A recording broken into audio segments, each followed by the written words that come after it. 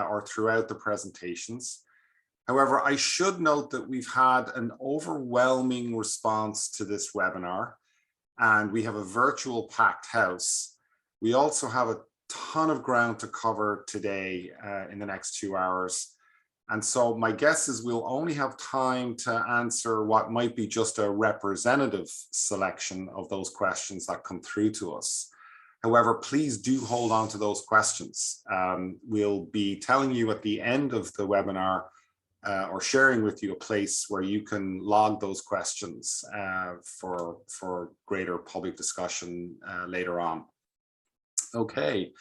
I'm now going to run through the agenda for this morning, but before I do that, I do want to say that as we pursue our mission of conservation, we recognize that the lands that we are discussing today are part of the traditional and cultural territory of the coastal Miwok.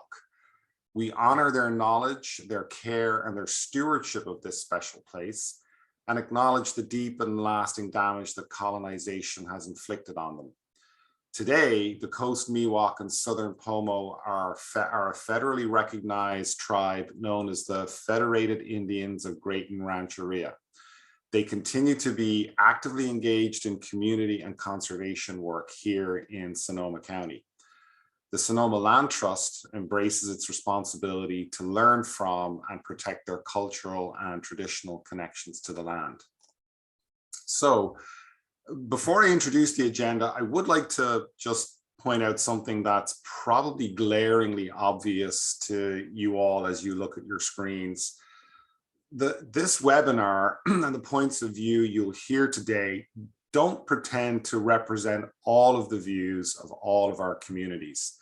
And in fact, that's one of the reasons why we are asking for more time from the powers that be in order to revisit the planning process so that underrepresented communities in the area can have their voices heard. That's also why we are translating and recording this in Spanish so that we can open up this dialogue to everyone. Secondly, we're not going to address all of the issues surrounding the redevelopment of SDC. We aren't developers, we're not expert community planners, but we are experts in the fundamental importance of protecting vital natural infrastructure for the health and well-being of all residents in Sonoma Valley. One of our primary goals today is to share specifically the key ecological questions that need to be answered and embedded in any redevelopment plan, because quite simply, the future of SDC and Sonoma Valley in general depends on it.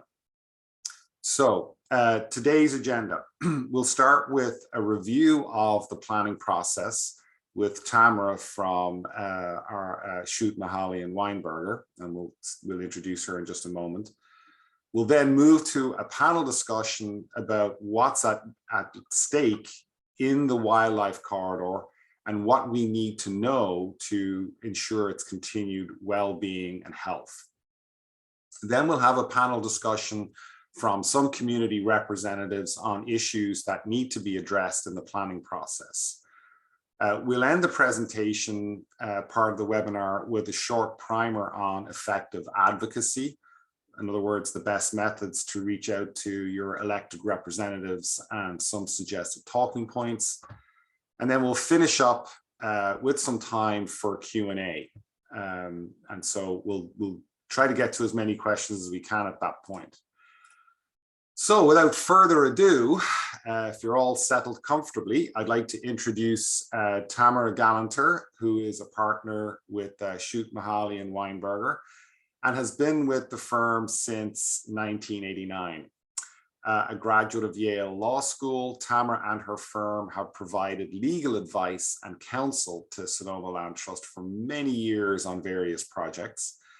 Tamara has been working with us on SDC related matters since 2015, and today she's going to walk us through the basics of how specific plans are prepared and adopted and how this relates to the California Environmental Quality Act. So welcome, Tamara, and turning it over to you.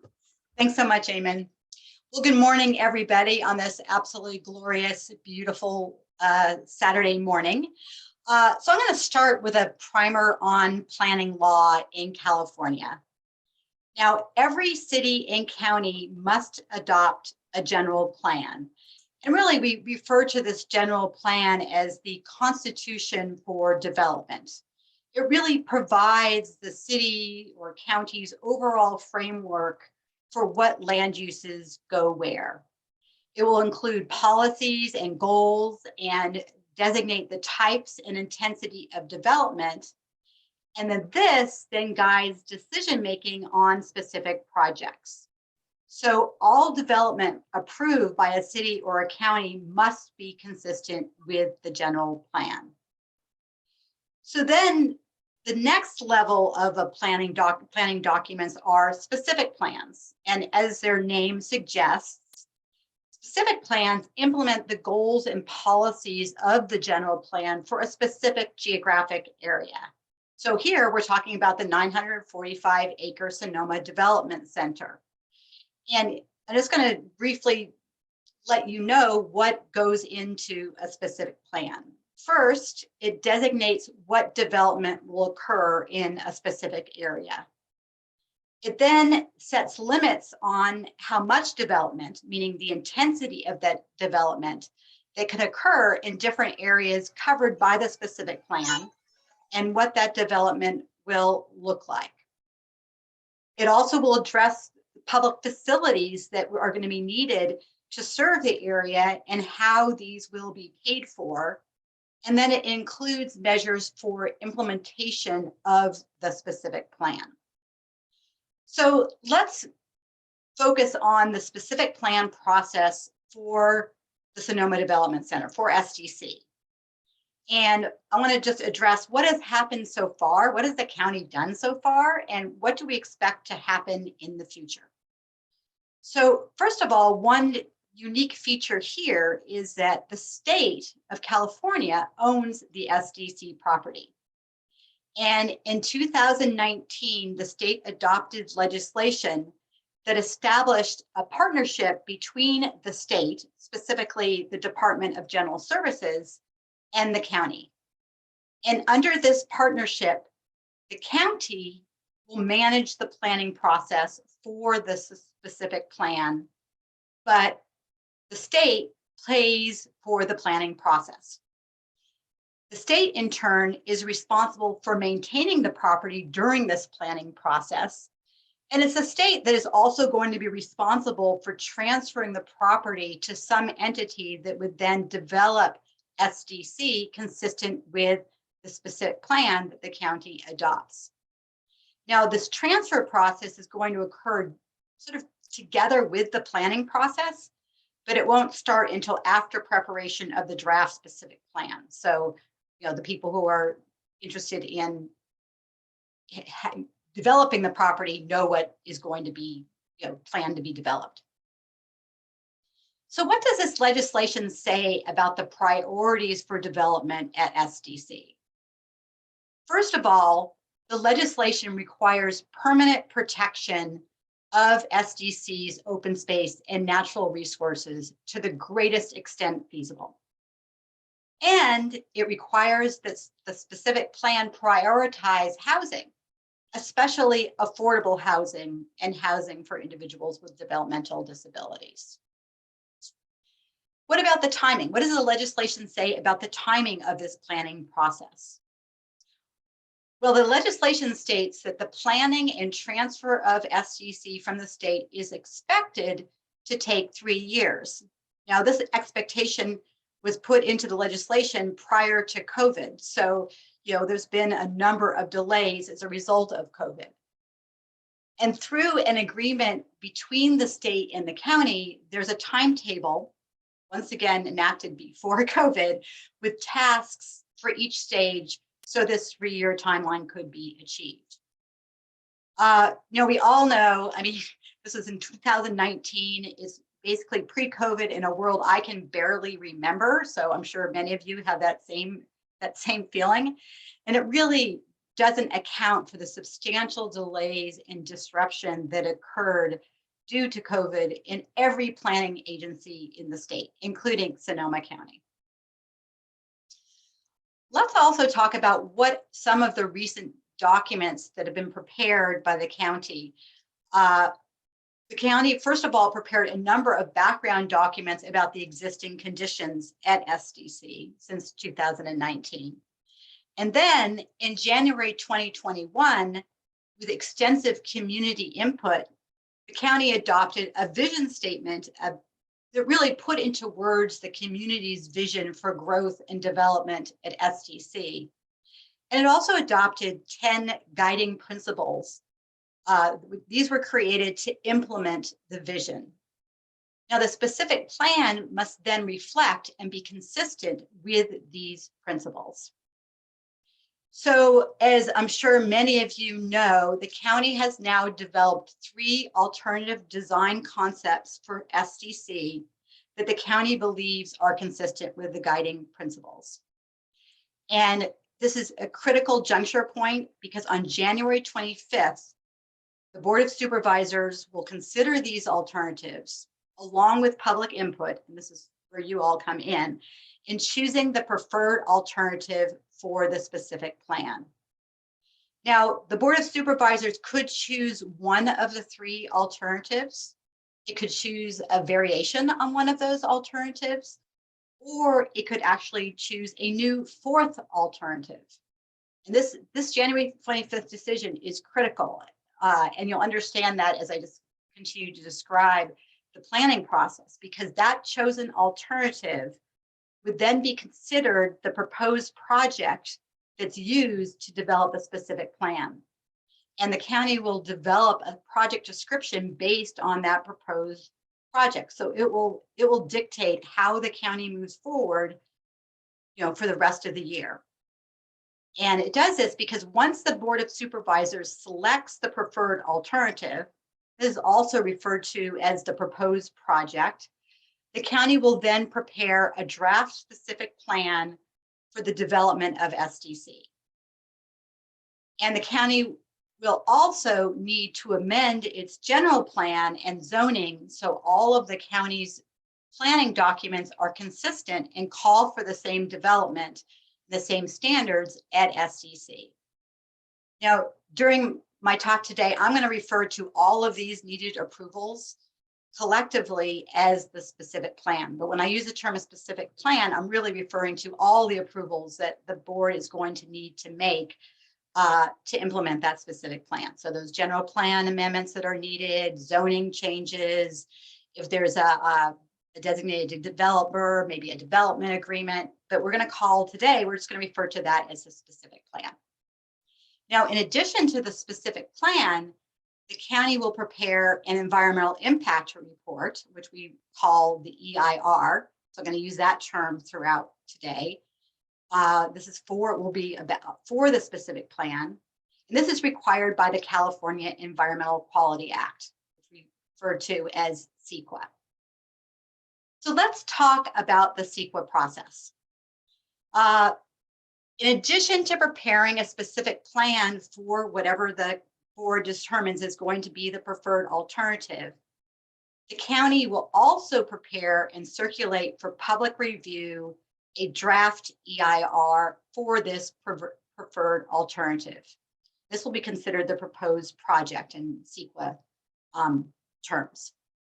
Now, the purpose of the EIR will be to analyze the environmental impacts of the specific plan, to propose mitigation measures to reduce any of those significant environmental impacts that the specific plan will cause, and to consider alternatives to the specific plan that would have less of an environmental impact than the proposed specific plan, but would still achieve the goals for the specific plan.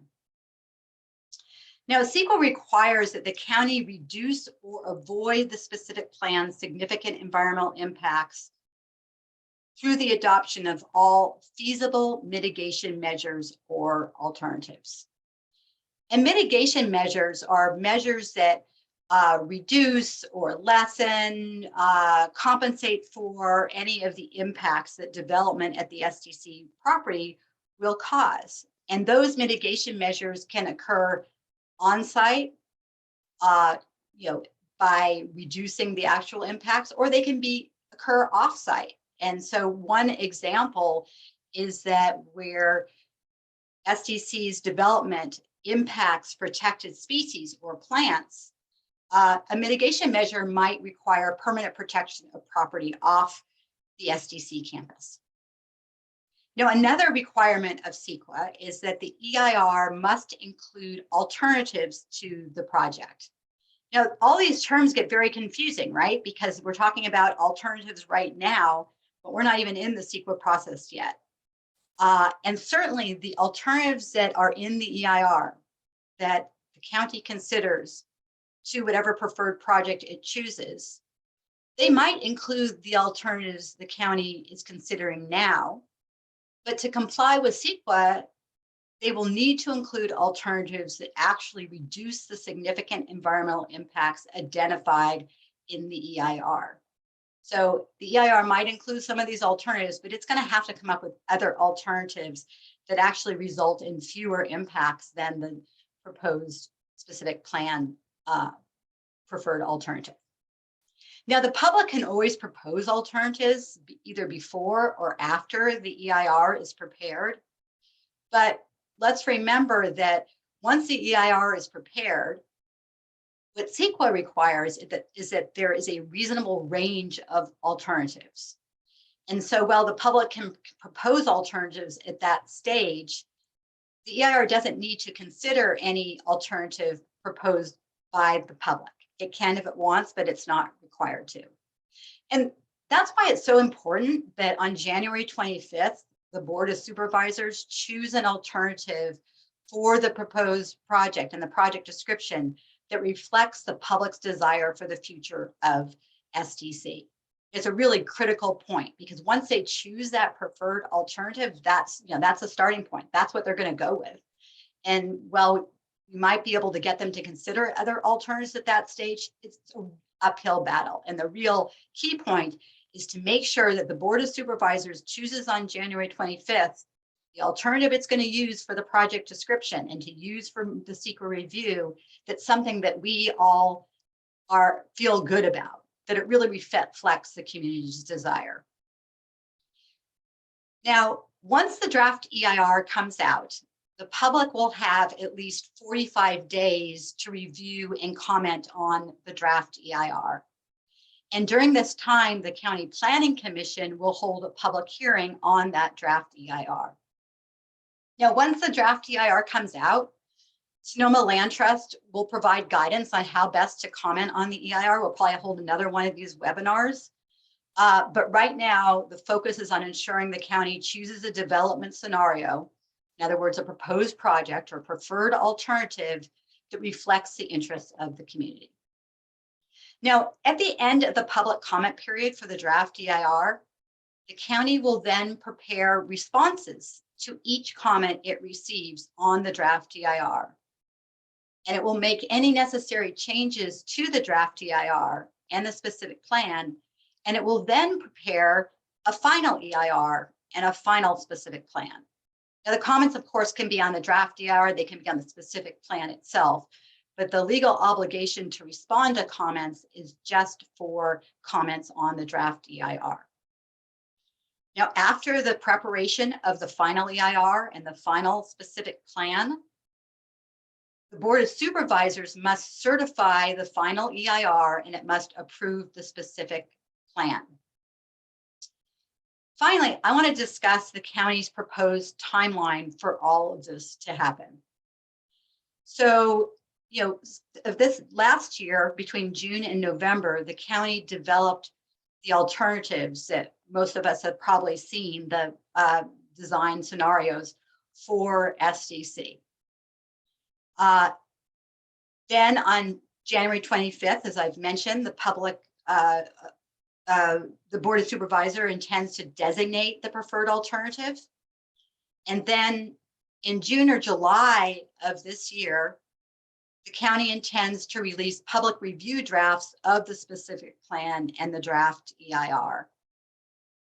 Then in September of 2022, the county intends to finalize the specific plan and have a final EIR that would include responses to all the public comments received.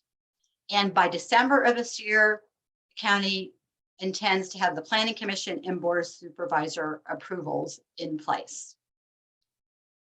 Now, I've been working in CEQA and working on projects, CEQA projects, mostly for community groups, and for 32 years now. And this is an incredibly ambitious timeline for a project of this scope, and with all the controversy and different interests that surround it and desires. So typically, once an agency decides to move forward with a particular alternative, so that would be the January 25th date, the preparation of the specific plan and the EIR and approvals of this magnitude would typically take at least a year and a half. And if there are lots of comments on the draft EIR and specific plan, then it would take even longer. Now here, the county is proposing to complete this process in just 11 months. The concern is that this timeline threatens to undermine the quality and responsiveness of the specific plan and draft EIR and the ability of the public to have a real impact on the final product. Now, I hope this has provided some insight into the planning process, and you now have a better sense of what to expect in the future and the opportunities for public input. And that you now understand the importance of the January 25th Board of Supervisors decision about what alternative will form the basis for the specific plan and EIR. Thanks. I'm going to turn it back over to John.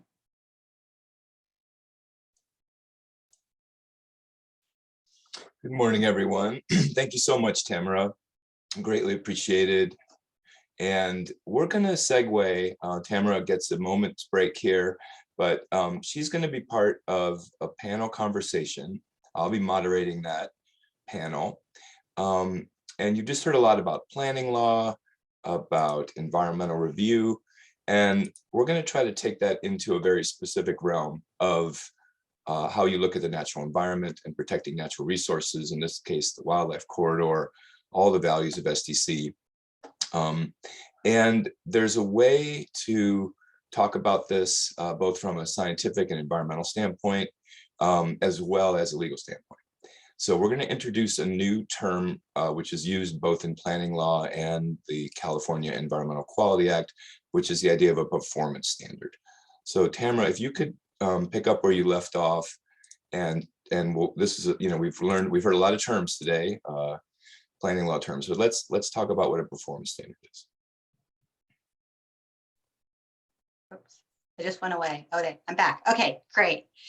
Yeah, so so performance standards, we're talking about them in the planning context for purposes of what standards we want to have been meet in order to sort of the minimum standards and protections that any future development alternative at SDC must meet to protect a particular resource.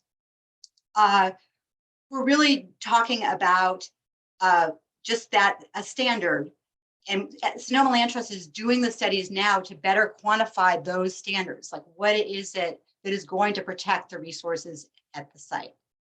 Now, you can have both qualitative and quantitative performance standards. And obviously, the more specific and quantifiable, the better.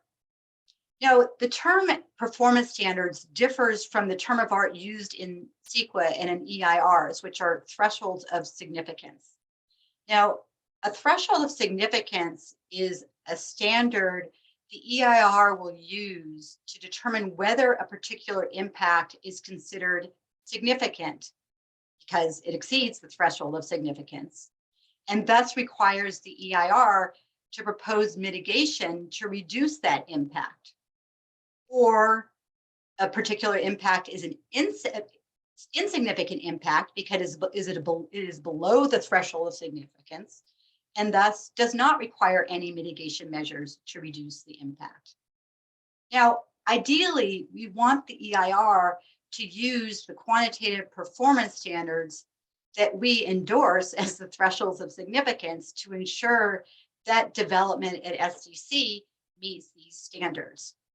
And I think it might be helpful to give some examples because it's easy to talk about this sort of theoretically in the abstract, but let's look at an example. So with respect to protecting wildlife that relies on the Sonoma Valley Wildlife Corridor, we might start with a qualitative performance standard, something like provide a sufficient buffer that reduces the current footprint of the north side of the SDC campus adjacent to Sonoma Creek to allow wildlife to safely travel through the Sonoma Valley Wildlife Corridor. Now, that's a very general qualitative performance standard that basically says, hey, we don't want to interfere with that wildlife corridor and the wildlife that's relying on it. And it's through the work of biological experts who we have actually at this panel that we're going to quantify that performance standard to identify, well, what do we mean by that buffer? How many feet does that buffer need to be to provide this protection? Let me give one more example to really make this more concrete. We might have a performance standard now that says something like provide specific setbacks from all creeks to protect water quality and quantity, in-stream and riparian habitat, and wildlife connectivity. Once again, qualitative. We're going to protect the species we want in water quality. But it's really through the work of experts over the, and this is why we need more time. We want to be able to quantify, well, what do we need for that standard? Are we talking about 100 feet setback? Are we talking about a 200 feet setback? Is it 100 in some places and 200 in others? And so that's an example of how we would take a performance standard that's qualitative in nature now, turn it into something that's more quantitative. And in the ideal world, this would then become the threshold of significance in the EIR. So the EIR and the county are on the same page as we are, and they're ensuring that the ultimate project does not have a significant impact. Does that help, John? Thank you so much. So I'm going to ask Tanya and Jennifer to turn on your cameras, please. There we go. Thank you both. So I'm going to introduce Jennifer Michaud and Tanya Diamond as the two other folks that are both working with the Land Trust on SDC and who we also have a long-standing relationship with on projects all over the county. So, Tamara has laid out how this idea of a performance standard is talked about in planning law, in the California Environmental Quality Act. At this point, Jennifer, who's with the local firm Pernusky Chatham Inc., a senior ecologist there, has again done work all over Sonoma County. So grateful to partner with her and her firm. They have been working on the Sonoma Developmental Center since 2015. Well, in terms of this project and both the closure of SDC, as well as the reuse planning, Jennifer and her partners helped do a 2015 resource assessment, natural resource assessment that we still all rely on as a baseline, a terrific document that anyone can learn a lot about the wildlife and resources of SDC from. But more recently, we've brought them back on. The Land Trust has contracted with them again to help us take this concept of performance standards into more specific examples like Tamara was outlining. So Jennifer, can you help us understand how there's objectives for SDC that are economic? In the legislation that Tamara mentioned, the state has made it clear they would like to sell the property and in some ways maximize the economic potential of its resale. How do we set ecological goals and standards?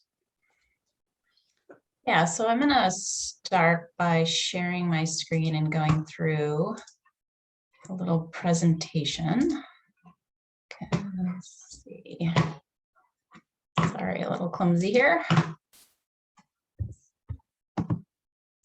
Okay, is that showing up for everybody? Okay, So first off, I'm just going to give a quick little overview of what I'm going to cover in the next slides. And as Tamara pointed out, we're focusing on these ecological performance standards.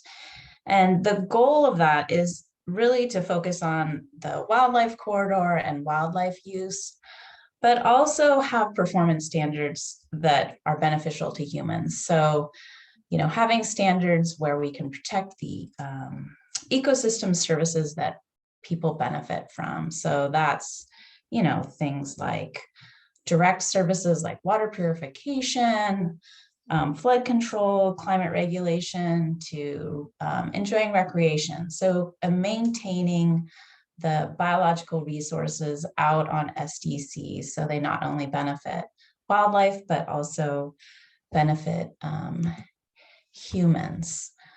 So kind of tied in with those performance standards, we're also going to look at the proposed development sort of at 3 different levels. So we have the wildlife. We know how important SDC is for the Sonoma Valley Wildlife Corridor. So we're going to look at, the core campus. We're going to look at wildlife movement through the core campus. But another key consideration is also looking at water. So that's the supply and the quality of water for not only humans, but also wildlife. And then really focusing on, core habitats. And I'll talk more in a few slides about that. But, the riparian and wetland habitats that are at the campus edges, the value of the core campus, it's have minimal development for a number of years. There's a lot of wildlife out there. So we really want to make sure that we can protect the wildlife resources in and around that core area. Just want to touch, after we talk about the performance standards, a little bit more about what additional information needs we have. And then also talk just briefly about identifying enhancement opportunities. We always enter into these development projects, and we Tamara talked about mitigation. Well, hopefully we can develop SDC with a vision that goes beyond doing damage control and really try to incorporate enhancement opportunities into it. So in terms of the performance standards, as I mentioned earlier, we're going to focus on wildlife, habitat, and water. I'll talk about water on the next slide. So as Tamara said, these are the minimum standards and protection measures that any future development at SDC should ensure the protection of resources. So for wildlife, we really want to make sure that the activities and the development are not impactful to wildlife species. And we're really going to focus on a couple key species. There's a variety and a diversity of species out there, and we'll talk about a few focal species in a couple slides. And then also talking about buffers. So we need to provide safe wildlife movement. Wildlife need areas to nest, forage, migrate, and we really want to protect those resources out at SDC. There's been studies already done on the property by Morgan Gray and Adina Marylander, where they looked at the way in which wildlife can move through SDC. And we know that the north side of SDC is really important for wildlife movement. So we really want to reduce the footprint that infringes on that north side. And we have, critical wildlife movement corridors along the south side of SDC too, along Hill Creek, where, we know a lot of wildlife are using that. So we really want to come up with performance standards that allow us to protect those resources. We want to come up with standards to ensure that traffic volumes and road locations don't impinge on wildlife movement. Vehicle mortality plays a huge role in wildlife populations, from killing individuals to bottlenecking species to preventing them from securing food sources, and I know Tanya will talk a little bit more about that. So we want to make sure that our performance standards really address the impact of developing SDC on wildlife movement and all of these other important issues, because with a huge development, we're going to have a lot more cars. We're going to have to develop new ways to get into the property, and we want to make sure that that does not impinge on wildlife. Another important performance standard is looking at the actual development. You know, light sources, noise are a huge impairment to wildlife, especially through this important corridor. We don't want the development of SDC to disrupt, you know, the foraging abilities, the nesting, you know, birds calling and not being able to hear each other because of, you know, increases in noise associated with the development of SDC. So we want to make sure that whatever development is being proposed is really sensitive to that. And then in terms of habitat, we've already kind of touched on this a little bit, making sure that we have creek setbacks that could protect water quality, riparian habitat, and, you know, that key connectivity component that we're all familiar with. And then, you know, we all live in Sonoma County. We know the huge risk of wildfire. We really need to make sure that the development is really sensitive to those wildlife impacts. We know that our wildlife populations across Sonoma Valley have been hammered in really, really heavily in recent years, and we want to ensure that we come up with performance standards that wildlife are not continued to be pressured by wildfire. So water. So we want to manage the water system at SDC in a really holistic and sustainable way. And I'm just going to go through a few of these performance standards, and then I'm going to touch back on one key concept. So we want to ensure that water use on the site doesn't limit wildlife use or riparian and wetland health. You know, this is critical. These resources provide you know, water sources, habitat for not only aquatic species, but terrestrial species, and it's imperative that they're protected. We want to ensure that runoff from the new development doesn't result in erosion and contamination. I mean, we have steelhead occurring in Sonoma Creek. We've got California freshwater shrimp. We've got foothill yellow-legged frogs. We have a number of listed species. We want to make sure that the habitat for them is protected through any development on the property. And then we all know how important it is for groundwater recharge and filtration, not only for human use, but also for wildlife, to ensure that, you know, the fisheries resources have enough water to sustain themselves through dry years, especially in the face of climate change. And that also goes to ensuring that there's no net increase in impermeable surfaces. Impermeable surfaces reduce, you know, the ability to water to infiltrate into our creeks and wetlands, which, you know, ultimately affects aquatic resources and their habitat. So we want to look at these performance standards really with, you know, a number of things in mind, but we kind of want to take a one water perspective with developing these performance standards. And that this one water movement is really a planning and implementation approach to manage the finite water resources that we have. We all can appreciate that, you know, coming out of a drought, we know how important it is to manage our water resources. And we really want to make sure that in the long term that we have resilient and reliable water sources that meet both the community needs, but also the natural resource needs.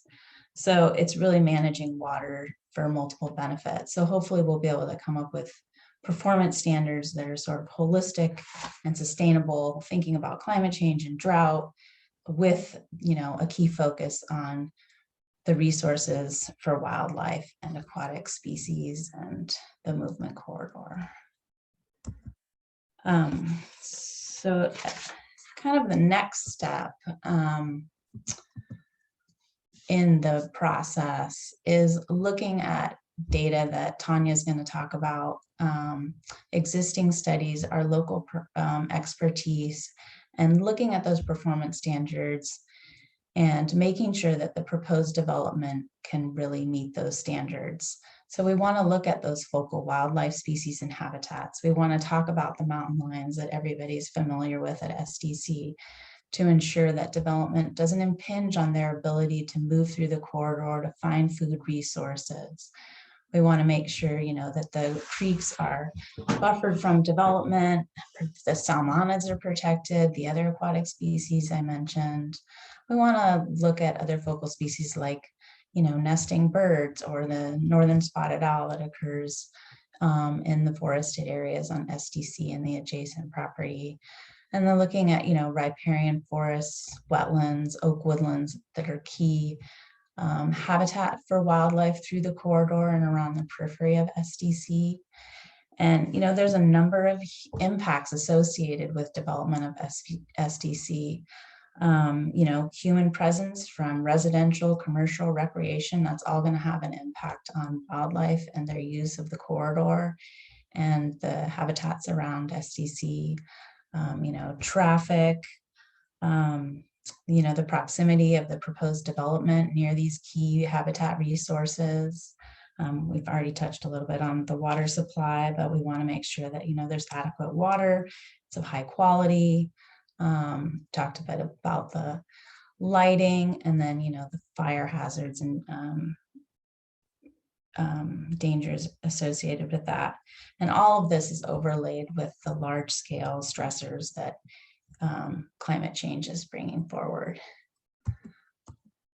So there's a bunch of information that is still missing to sort of tease apart what the development looks like in terms of impacts to the wildlife corridor and the resources out there. From the county, there's still information we need about comparing the intent, extent, and the intensity to recent, not historic conditions. We need more information about traffic. We need more information about water use. We need more information about the projected change in the resources given climate change. More information about in changes in impervious surfaces. So just going back to that first slide when I talked about opportunities for enhancement. So we really want to think about this major development in terms of improving conditions that have historically been impaired. And there's a lot of work that can be done on SDC. So hopefully, whatever alternative the county proposes, it really takes into consideration how we can improve SDC habitat. So, as we've talked about, developing setbacks for riparian and wildlife for the wildlife corridor, reducing, the reliance and impacts on a number of water resources. The SDC property has a lot of water withdrawals. There's a number of springs and streams which they're drawing from, which are key habitat areas for aquatic and terrestrial species. So there's a lot of opportunity to kind of give back to the species on the land. There's ways that they can upgrade the water system to make it more modern, to reduce the reliance on, potable water. There's opportunities to remove fish and wildlife movement barriers. We know, Sonoma Ecology Center, which they'll talk in a little bit. They've already started on some of that work, taking out old fencing on SDC to improve, wildlife's ability to move through the site. There's a number of fish barriers on the property that could be addressed. We're all facing climate change and, water availability. So really developing a more climate resilient water system. And then reducing the building and impervious surface footprint. And using fire-resistant construction to reduce that human-driven fire hazard, which I talked about earlier. I think that's all extend my stop. Wonderful. Thank you so much, Jennifer. That was terrific. I am going to introduce Tanya Diamond, principal and co-owner of Pathways for Wildlife. Tanya also is an ecologist, and she and her partner and business partner are specialists in finding out where wildlife are and how they move across the landscape. And I'm going to ask Tanya to talk in the context both of just the Sonoma Valley and the North Bay and the region we live in, the ecological importance of SDC, and then some specifics about building on what Jennifer has shared with us. What can we learn in terms of how wildlife are using SDC, and what do we need to do to protect them? I'm sorry, there was one other thing, Tanya. Just go for it. I'll stop there. Thank you.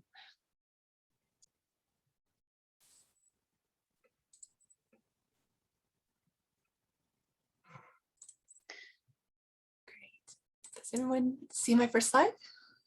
Terrific. Thank you for having me here today. And Jennifer and Tamara, this is wonderful learning experience. Thank you so much. So we hope to build on all this great work. Many of you have probably driven down the road and seen something like this, a deer attempting to cross the road. So just a basic and quick overview. Why do animals need to travel across the landscape and end up crossing roads? They need the ability to find food and water. Juveniles need to disperse out of their parental home range to find their own. And wildlife need to be able to find viable mates. And sometimes you just want to cross the road with a friend safely.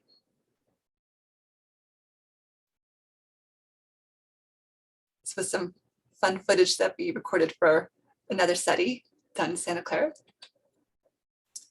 But many landscapes are fragmented for wildlife populations. And habitat fragmentation is when habitat is divided up in smaller patches. For example, forests becoming isolated by agricultural and human developments, or roads bisect intact wilderness areas. Many species are also very sensitive to the effects of habitat fragmentation. And speaking of mountain lions, they have very large home ranges. They're wide-ranging species. For example, a male mountain lion can have a home range up to 160 square kilometers, and they do defend their territories. Juveniles, especially carnivore juveniles, must disperse out of their parental home range. And this can be difficult. Most often they have to cross roads in human developments, like these two bobcat kittens that were crossing under the busy road in Coyote Valley. And as Jennifer mentioned, high traffic roads cutting through core habitat often result in restricting species movement and reducing the population through road kill mortalities. We do a lot of studies throughout the Bay Area for the past 10 years, and we are definitely seeing this with American badger populations, bobcats, and mountain lions. So what makes a healthy linkage? We need habitat to connect these larger intact open space. We've done a very good job of protecting large open spaces, but it usually comes down to these bottleneck areas, these critical areas like the Sonoma Development Center that are connecting these larger intact habitats. And then with roads, we can look at what animals are using different culverts and bridges. And if we have problem roads, then we can do things like designing overcrosses and land bridges. So we were very fortunate to have conducted a Wildlife Corridor road underpass study in 2013 to 2014 with the Sonoma Land Trust.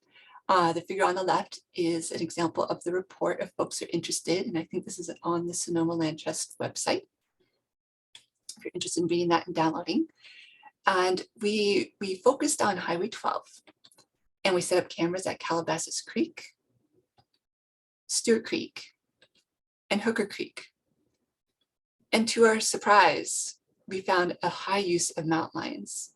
And why we were surprised is that there's only several documented cases of mountain lions regularly using bridges and underpasses to travel under highways in all of California. And many of you might know that mountain lions are currently a candidate species for listing for the areas of Southern California and Santa Cruz Mountains.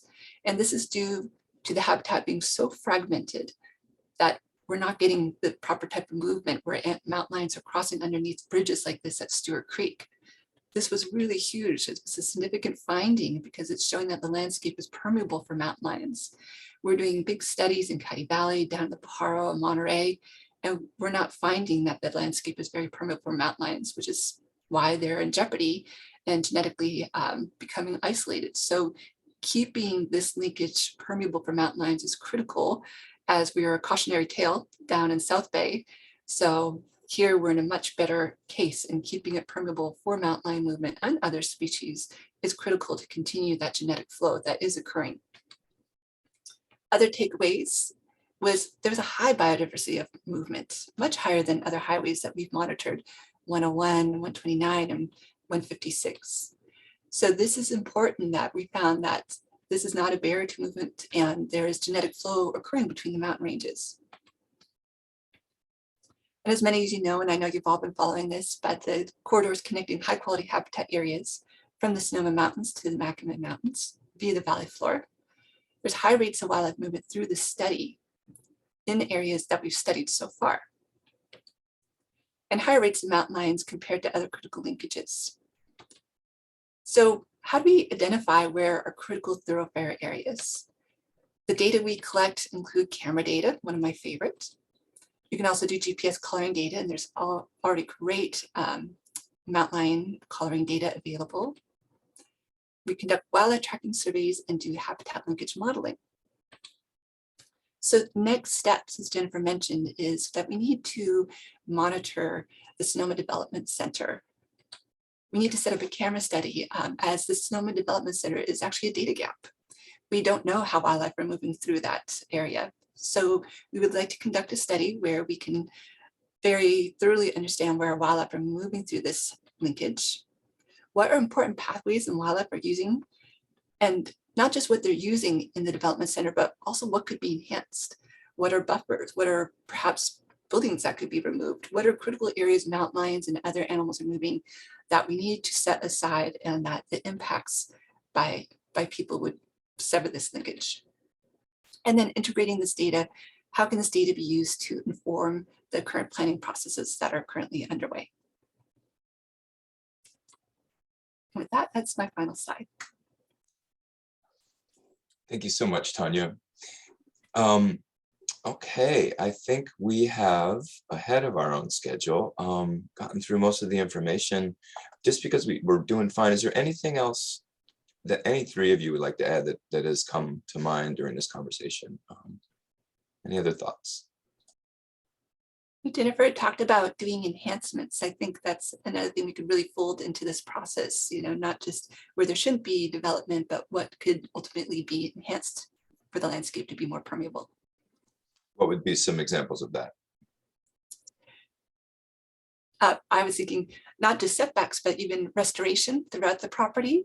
We're working down in Coyote Valley, very similar to the Sonoma Valley. And we're at an exciting point now, because now we're looking at what needs to be restored. What are areas where we're surprised wildlife are moving through, and how can we make that safer for them to move through?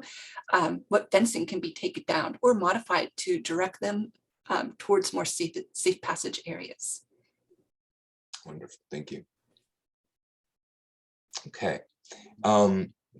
Thank you all so much. You all can go off camera now, and I'm going to ask our next panel to activate your camera. Stay on mute just for the moment, please.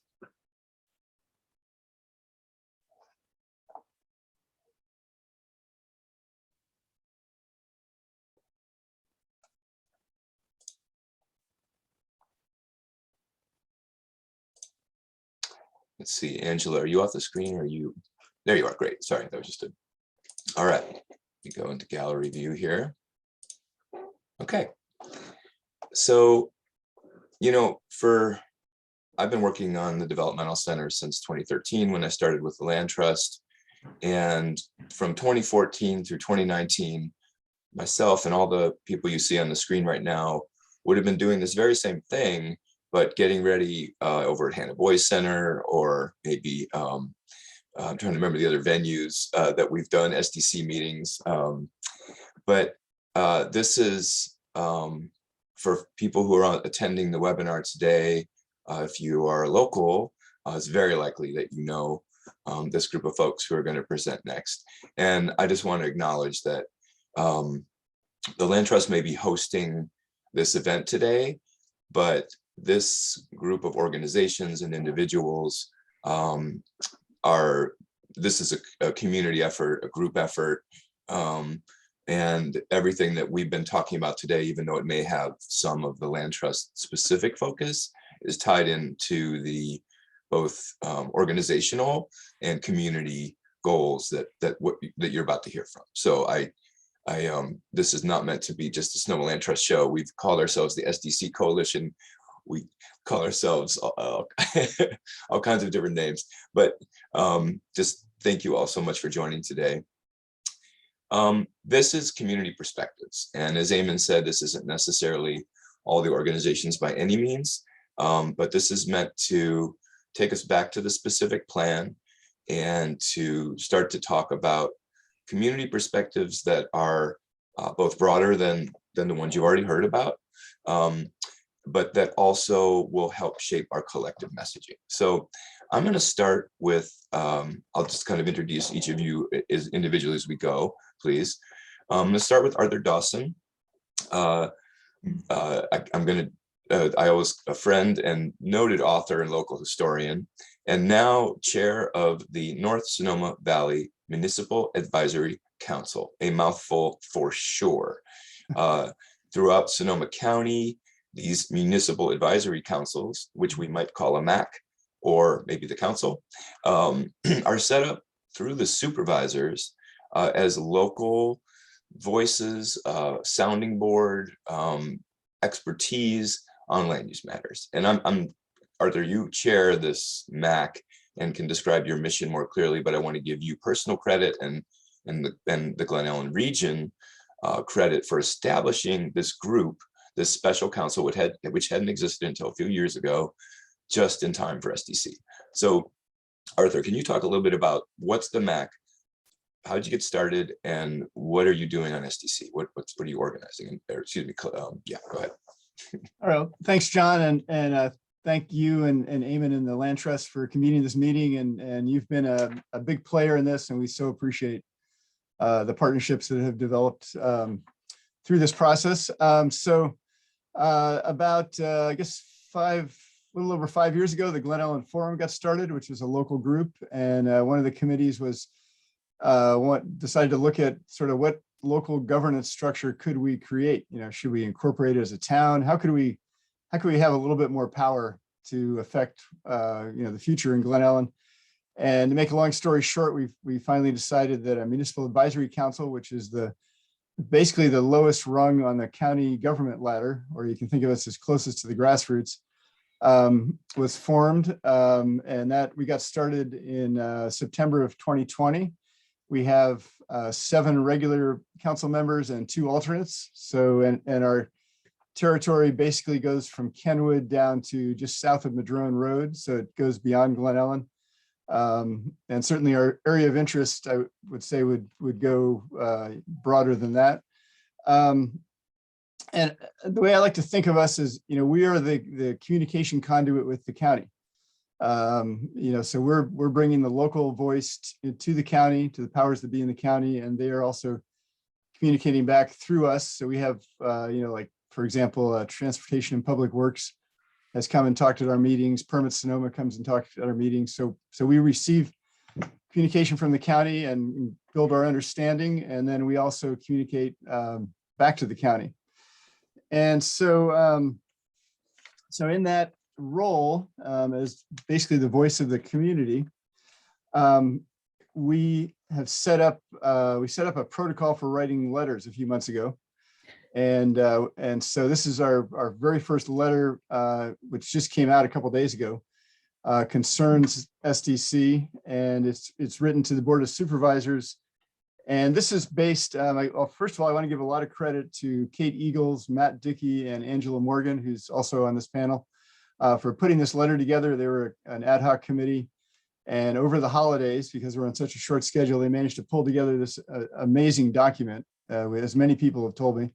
It's a 3-page letter with a 9-page appendix that basically sets out what Tamara was calling a fourth alternative, a different approach to this whole process that actually does encapsulate the community's vision, which we felt has been largely left out of the alternatives. And I like to think of this document as it's not a fully fleshed out plan. It's more of a roadmap for where we would like the supervisors to go with this. And so let me give you, this is the ask of the supervisors that we're making to the supervisors. On behalf of the community, the North Sonoma Valley Municipal Advisory Council requests the board to delay the initiation of the California Environmental Quality Act process to prepare an environmental impact report for a preferred alternative until a new alternative reflective of site constraints and community input is developed as promised in the December 17th, 2019 agreement between the county and the state. The MAC requests the board to direct staff to pursue this new alternative as outlined in this letter. And I'm just going to very quickly distill what's in here. And mostly just going to talk about major themes. So we talk about open space, and I also want to recognize that this is meant to reflect the community's voice. So it's built upon public comment at meetings. It's also built, which go back at least to 2015. It also reflects survey that was done by the county on this, and it reflects an independent survey that was put together by Shannon Lee, who is a professor in the biology department at Sonoma State. And I think something like 670 people filled out a pretty long questionnaire on their thoughts on SDC. So this is what this is relying on. This is we were advised by our supervisor to create something that the community supported. So, and I feel like we've at least modestly succeeded with that. So open space, you've heard a lot about that. I think that's supported by just huge numbers of people. 90% of the respondents in the community survey ranked that as one of the highest priorities. The housing density and numbers, the original directions to Permit Sonoma and the consultant were to create something that was in scale and consistent with the local community. And as proposed, the alternatives would take Glen Ellen and turn it from a rural community to an urban community. And that's not just my opinion, that is using the numbers from the census. So that's a performance standard we might say already exists. And I also recognize that other performance standards might actually lower that number, but at least there is a number there that we can think about, and it's about 400 to 450 additional housing units. Affordable housing, the community supports a much higher percentage of affordable housing than it was proposed in the alternatives. Most people wanted at least 50 to 75% affordable units. We also support adaptive reuse of existing buildings which also will help with climate greenhouse gas emissions if you're not tearing down old buildings. Utility infrastructure, including a microgrid. Also lots of concerns about fire safety and climate resiliency. We've all been through, the 2017 fire. That was an existential crisis in the sense that we could easily have lost Glen Ellen as Paradise was lost. And the SDC redevelopment is another, in my mind, another potential existential crisis where we might lose the community that we have and we've treasured for so long. We do welcome housing. We just want to keep it in scale. Historic preservation. This is a very important historical site. So that's another important piece of this. Also creating some commercial space and job creation. And one of the ideas that's popular is to create some kind of a training center for vocational job training.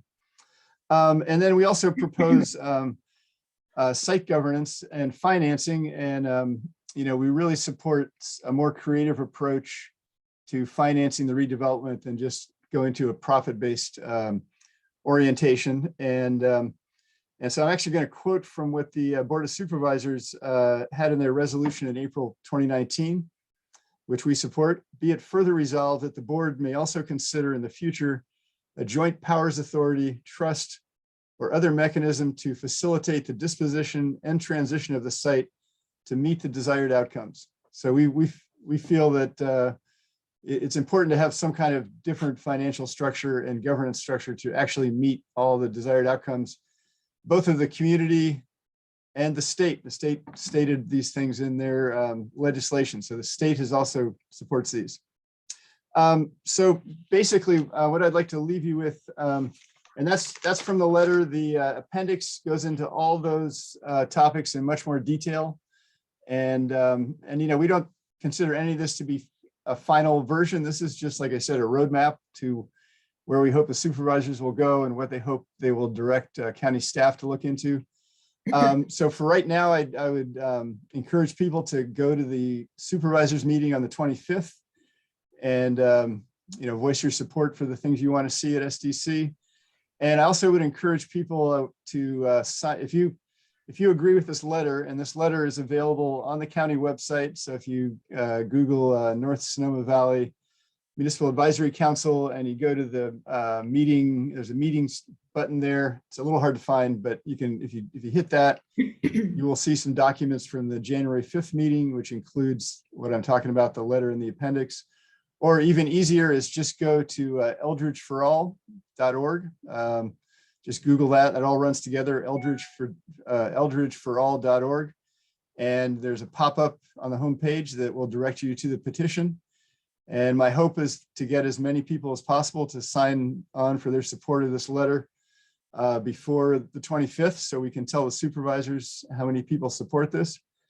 And the very last thing I want to say is that you know, we recognize this is bigger than Glen Ellen, bigger than the North Valley, and I've been reaching out to other communities. We have none of this is official yet, but I just want to say that in informal talks and contacts with the city of Sonoma and the Springs Municipal Advisory Council, we have found they support our basic stance on these things. So if it does appear to have a larger support than just our little community of a few thousand people.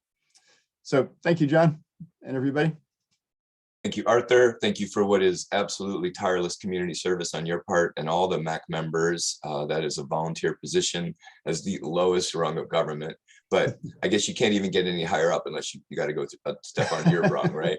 That's right. So the point you just made is also very important, that this Municipal Advisory Council was set up for the gap in the valley between the Springs, between Sonoma and the Santa Rosa area. So you created an intergovernmental dialogue with the other groups like yours that represent Sonoma and the Springs and the city. So just to all of your good work, thank you. And for people who want to stay active and stay participating in this process, we're going to talk a lot more about that as we get closer to the end of the agenda. But stay in touch with, follow the work of the Municipal Advisory Council. We'll send out information to easily get to the website, and you can get on their email list, right, Arthur? You can get meeting announcements. Yeah, I believe if you contact the county, we work through the county staff, so that would happen through the county staff. But you can also contact me directly, and we'll have my address Cool. as well. We'll get all the contact info set up. So thank you. The next panelist who's going to speak is Meg Beeler, a longtime board member and leader in Sonoma Mountain Preservation. And I asked Meg to talk about the larger context here. Her organization is, along with the Ecology Center, the two organizations that have been on the ground, heart and soul of this landscape for many decades now. And so much of what we now enjoy as Jack London State Park was actually previously part of the Sonoma Developmental Center, and Meg and her colleagues, community folks, one and all, help save that land and get it protected. So I'm asking Meg we're going to step back a little bit from SDC, and how does it fit into ecology, the culture, the mountain, the relationship to Sonoma Mountain? Great, thank you, John. And hello, everyone.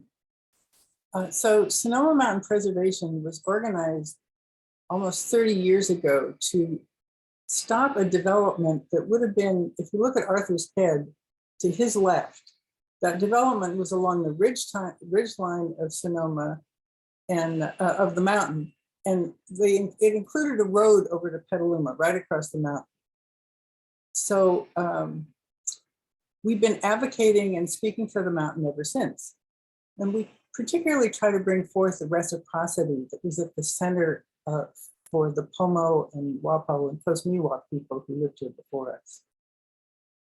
And I would say the heart of the matter at SDC is that this place sustains us all, the humans, the creatures, the water, the forests alike.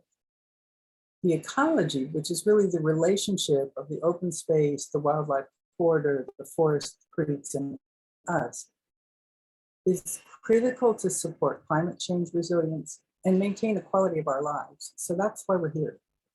Sonoma Mountain Preservation's vision is really to protect 50% of the mountain in some way with conservation easements and public access, which is a lot more visionary than the state of California's idea that we should protect 30% of our lands by 2030.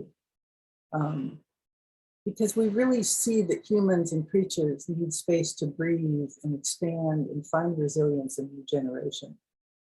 SDC lands are critical to this. And we all really appreciate that the Valley residents get this. As Arthur mentioned, 90% of the people on the latest poll said preservation of open space is of the highest priority. So we're here together because the climate emergency calls for a broader and more holistic and long-term perspective on SDC, not just financials, which is what we've been handed so far. Putting what they call economic viability at the center of the proposed alternatives is a narrow and outmoded response. I think you're hearing that loud and clear from everybody. So Sonoma Mountain Preservation advocates three things in particular that we want to mention today. One is to formally establish a conservation easement on and set aside the 750 acres of proposed open space, including the 150-year-old water rights. So this land stays in the public domain permanently, and our water resiliency stays in the public domain permanently. We think, this has been talked about for a long, long time, ever since they proposed closing the center, but it's never been written down, never been agreed to. And doing the easement will ensure that the land isn't used as a pawn between competing development and financial interests. And I think most of you know that the land on the east side of Arnold would go into the regional parks, and on the west side would go into Jack London, like the orchard did about 20 years ago that John mentioned. So the second thing we really, as a Sonoma Mountain Preservation wants to mention today, is that we really support relieving development pressures on wildlife and the emergency evacuation issues by lowering the numbers and density of housing. I know we're focused on the land, but the mountain needs the number of people to not be so huge. The whole ecology needs the number of people to not be so huge. And that includes incorporating reuse and regeneration and recycling, our favorite words. I just wanted to mention, it was yesterday or the day before, there was a court decision in Lake County on a big proposed development that said developers are responsible for fire evacuation plans, not just having a helipad, but knowing where people can go and having a plan for it. And that, as we all know, because we live here, is not part of the three alternatives. And we know everybody's really concerned about it. And the third thing that we really support in this context, the larger context, is establishing the public community trust to oversee site governance and ensure that the community remains rural and our visions become reality. We've been talking about it for a long time, but it's clear to everybody that only if we have a trust holding our whole vision can all the things that we want be implemented. So like Arthur said, there are three things I want to remind you that you can do. One is to sign the petition that you'll get a link to. Another is to attend the supervisors meeting on the 25th, where they'll consider the alternatives and make some decision, hopefully to postpone and make more time. And contact your elected representatives and all the supervisors and keep telling them what you want. We have to dream a different reality. Thank you. Thank you so much, Meg. Really appreciate that and your good work. Richard Dale, who is the Executive Director at Sonoma Ecology Center, is going to speak next.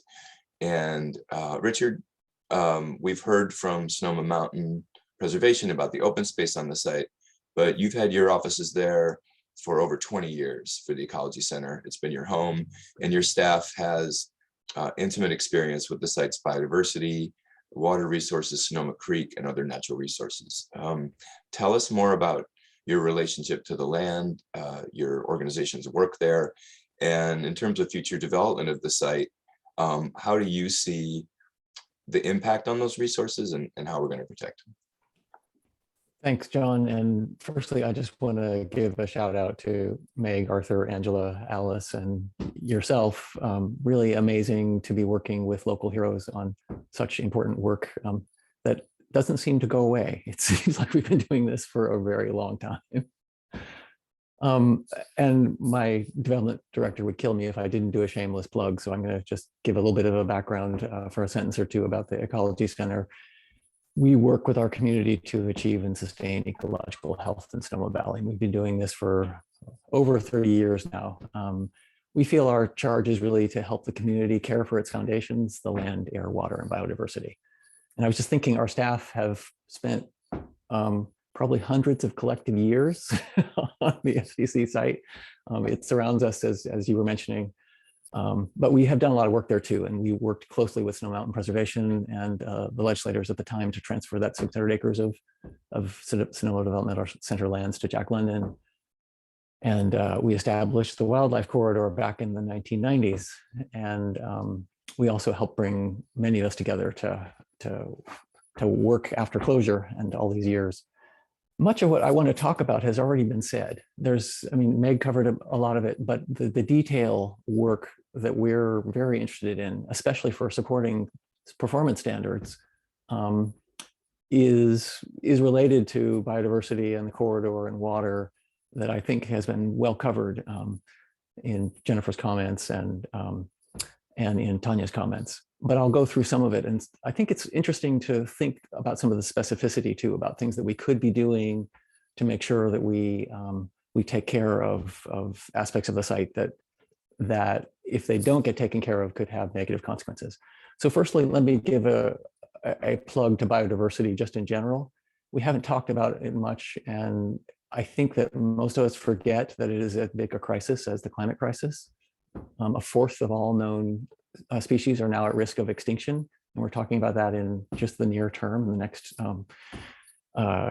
next century. And I just am kind of constantly floored about that, because I don't think we realize how much life itself, our ability to breathe and have clean water and so on, is dependent on all these systems that these species put together. They need to be functioning together, and we are part of it. And it's easy to forget that. And so biodiversity is really important.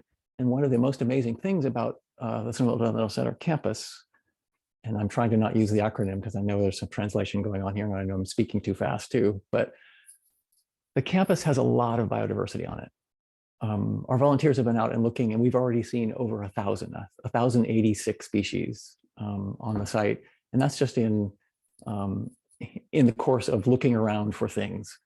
This is not systematic, and it's amazing how much is here. And it's because we live in a biological hotspot. This area of California is considered one of the places in the world where if you were able to conserve most of the biodiversity, you'd be saving much of biodiversity on the planet. There's a lot here. And so when we talk about conservation at SDC and conservation of the open space, we need to be thinking beyond not just that it is very, very important to be thinking about the animals, but those animals are part of a whole host of organisms that make up the site and that keep us all healthy. And this site is a connecting point for a lot of that. So important to remember that biodiversity is critical here. So to that end, and on the specifics, we really feel that the development on the site needs very clear boundaries. Those boundaries need to be pulled back wherever possible, and that the countervailing open space areas need to be clearly designated and maintained to promote biodiversity. There are plenty of places on the site that have sensitive species, and those should be monitored and protected. And it's easy to make management decisions where that doesn't happen. And so it's really important that that gets cataloged in a way that whoever ends up owning and managing the land knows that in advance. Invasive species are very, very common on the site now. They overrun many places. The site itself has not been managed well for a long time. And so where they can be identified, mapped, treated, restored, monitored, it's really important to be looking at that as well. Related to the buildings, we feel the footprint of buildings can be reduced even for the same floor area, and wherever possible, and especially if buildings are going to be replaced, those footprints should be smaller, and they should face away from protected areas. Buildings themselves, the fronts of buildings have impacts to sites that we feel often end up being in conflict. And so while we are very, very supportive of the idea of people and nature connecting, in fact, it's essential, it's also important that it's done intelligently. Buildings should also, and paths should use dark sky standards so that we're not putting light, and noise was mentioned as well, but light especially, out into open space areas. And that's not just for wildlife, but also for our friends who are astronomers. Really would love it if we would do that as well. I think most of us forget how many large, healthy trees are on the campus, and we forget that part of the beauty and the value of the campus is its urban forest, or its campus forest, Arthur. And I think it's really important if we can make sure we're cataloging and protecting as many of those as we can. And at the same time, where there's landscaping, and as we move into the new century, we need to be transitioning to natives to be providing support for biodiversity. As I mentioned, the forest and savanna and grassland areas in the site are all in really pretty poor health. And one of the tools that's known to be, increasingly known to be very effective at restoring ecological health is fire. So prescribed fire, controlled fire, should be used where it's possible on the land. I mean, where it can't, mechanical use can be done. But we also feel it's really important in that land management that best practices are used, because a lot of forest management is done currently that actually harms biodiversity and affects water retention. So it's important to be using best standards as that's done. And then last, biodiversity, it's quite possible that a road will consider needing to be built from the campus to Highway 12. And if this is done, it should be on the south side. It should not be paved, and if possible, only used for emergencies and not include lighting and so on. So those are things we think about on the biodiversity side. There's a whole lot more, and we've written a lot of this in comments that we have submitted to the county, and you can read those on our website. I had a lot to say about the corridor. Almost all of that was covered in prior comments, so I won't bore you with those details, but we know it's one of the most significant features of the site. As I said, we were responsible for giving it its boost and getting it started. But a couple things I think would be interesting to see if we could consider. And one of them is considering around the bridge on the Jim Berkman Bridge, the Steel Bridge side of the campus, if we could possibly regrade that so that it was easier for wildlife to make it through that area. The other bridge crossing is almost impossible, and it's a double whammy to get across a bridge and a stream. So that area might be an interesting place to explore for better crossing. And then we were talking from the beginning about having a causeway or some kind of a land bridge on the east side of the campus. It would be amazing to see if we could consider something like that. And I realize that the county parks actually owns land that traverses the Highway 12 over near the Bouverie property. And it's possible that one could be constructed in that area. And there's federal dollars currently being thrown around for these kinds of things. It would be interesting to explore with John and others if we might be able to consider some kind of a project like that. And obviously culvert improvements as well. Well, I'm running out of time. There's lots more to say. Water is really important too, and it's been covered as well in many of these places. Is probably the most essential asset from a human standpoint that the site has. And again, the One Water approach to water on the campus and making sure that this is a public trust resource that's protected in the long term is really important. Sonoma Creek that runs through it is a critical coastal stream. It has the endangered species that Jennifer was mentioning. And it also has a number of really cool things that we would love to see protected in the long term. And then Hill Creek, likewise, should have significant setbacks, and I'm not sure that's covered in some of the other discussion items. Hill Creek is itself an important resource and should be protected with at least a 50-foot setback and larger on the south side. Sonoma Creek, 100 feet at minimum, and there are places, and we have been working with the state in places where we would like to see that setback go much farther than 100 feet. So that's really what I'll say for now. I did want to just sort of mention that I think it is, as Meg was mentioning, it's a sacred place. I mean, we all know that. We grew up here looking at Sonoma Developmental Center as kind of a heart of the valley.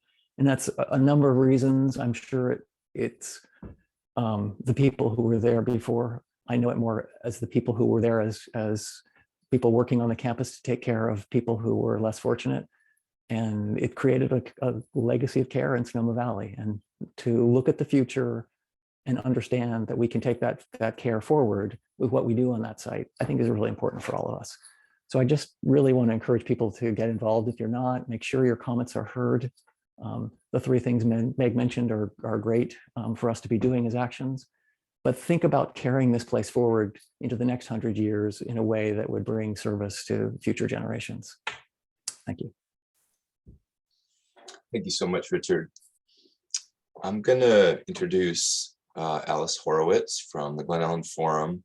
And before there was the North Sonoma Valley MAC, the Municipal Advisory Council, the community of Glen Ellen is not going to quietly, well, really do anything particularly quietly, but in terms of being a voice for the residents, for the people, there's an organizing spirit that is really unique. And a nonprofit, the Glen Ellen Forum, was created again to be a gathering place, to be a voice. And I lived in Glen Ellen at the time when it was formed, and all of a sudden there was all this energy. People wanted to talk about all these different issues and there was nowhere to do it.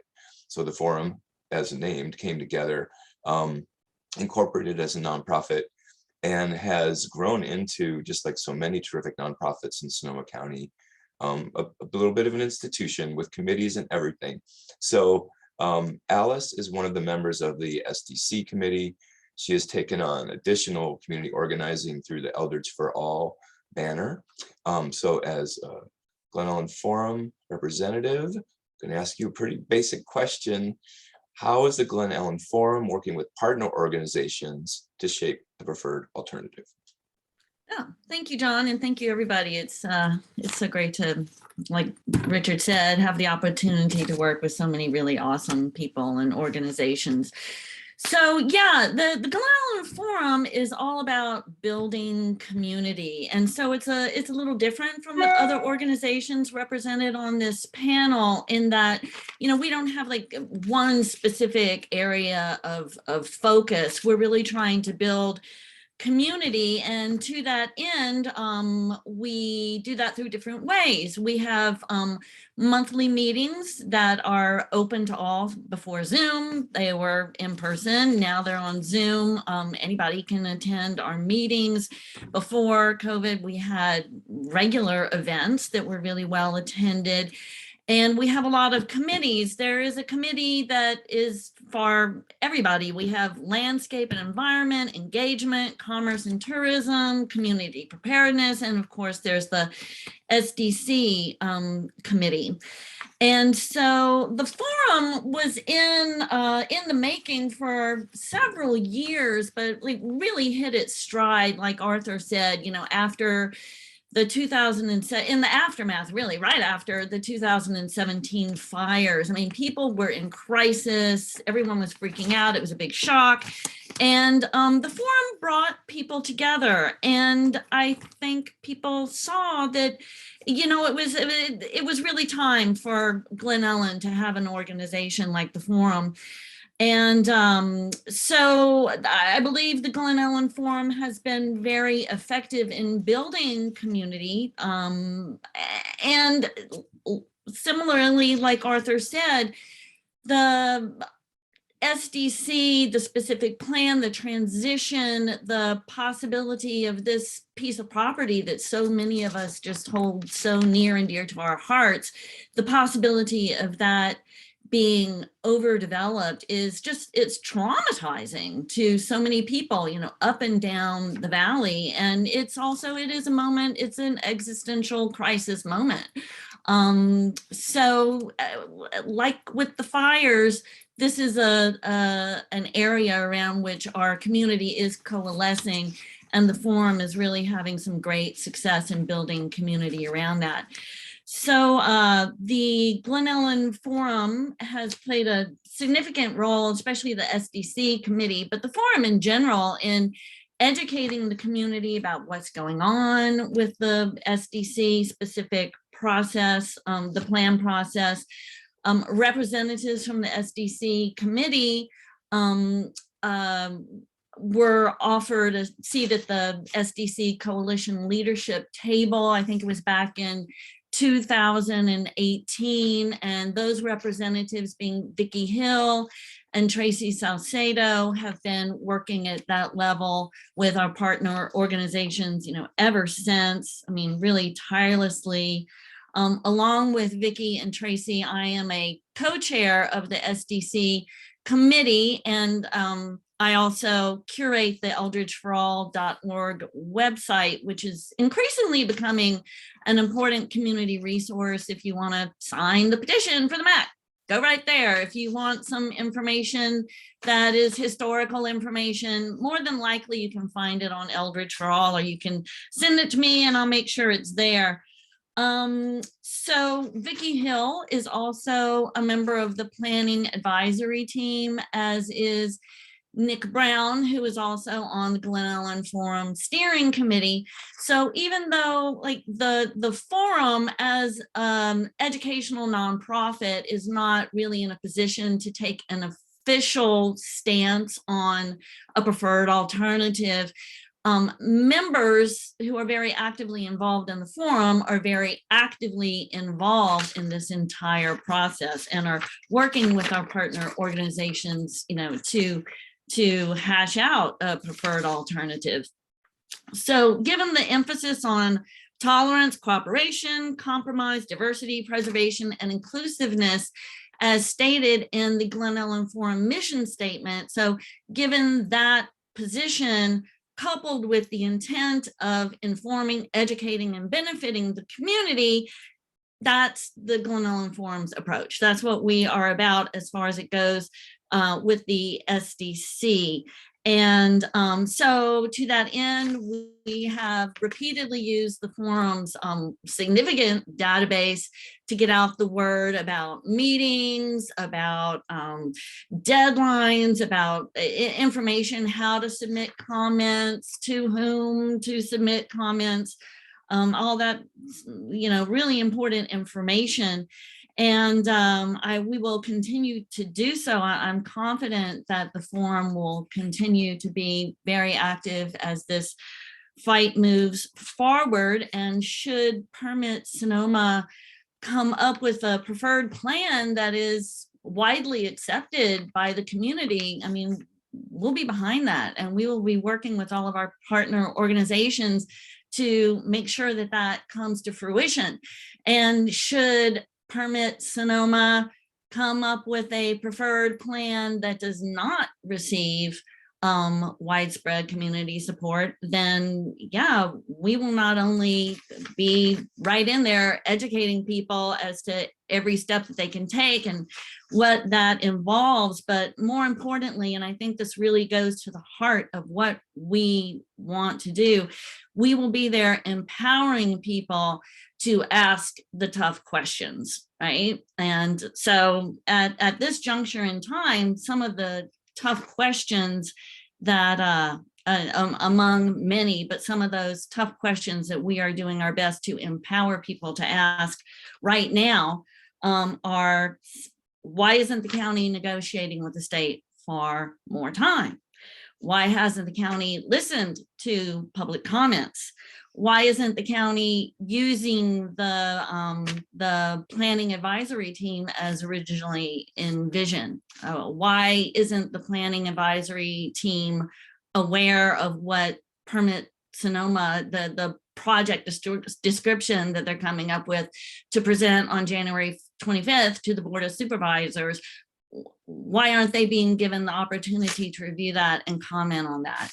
So yeah, we're doing our best to empower people, to inform them, to ask the really tough questions and to keep asking them.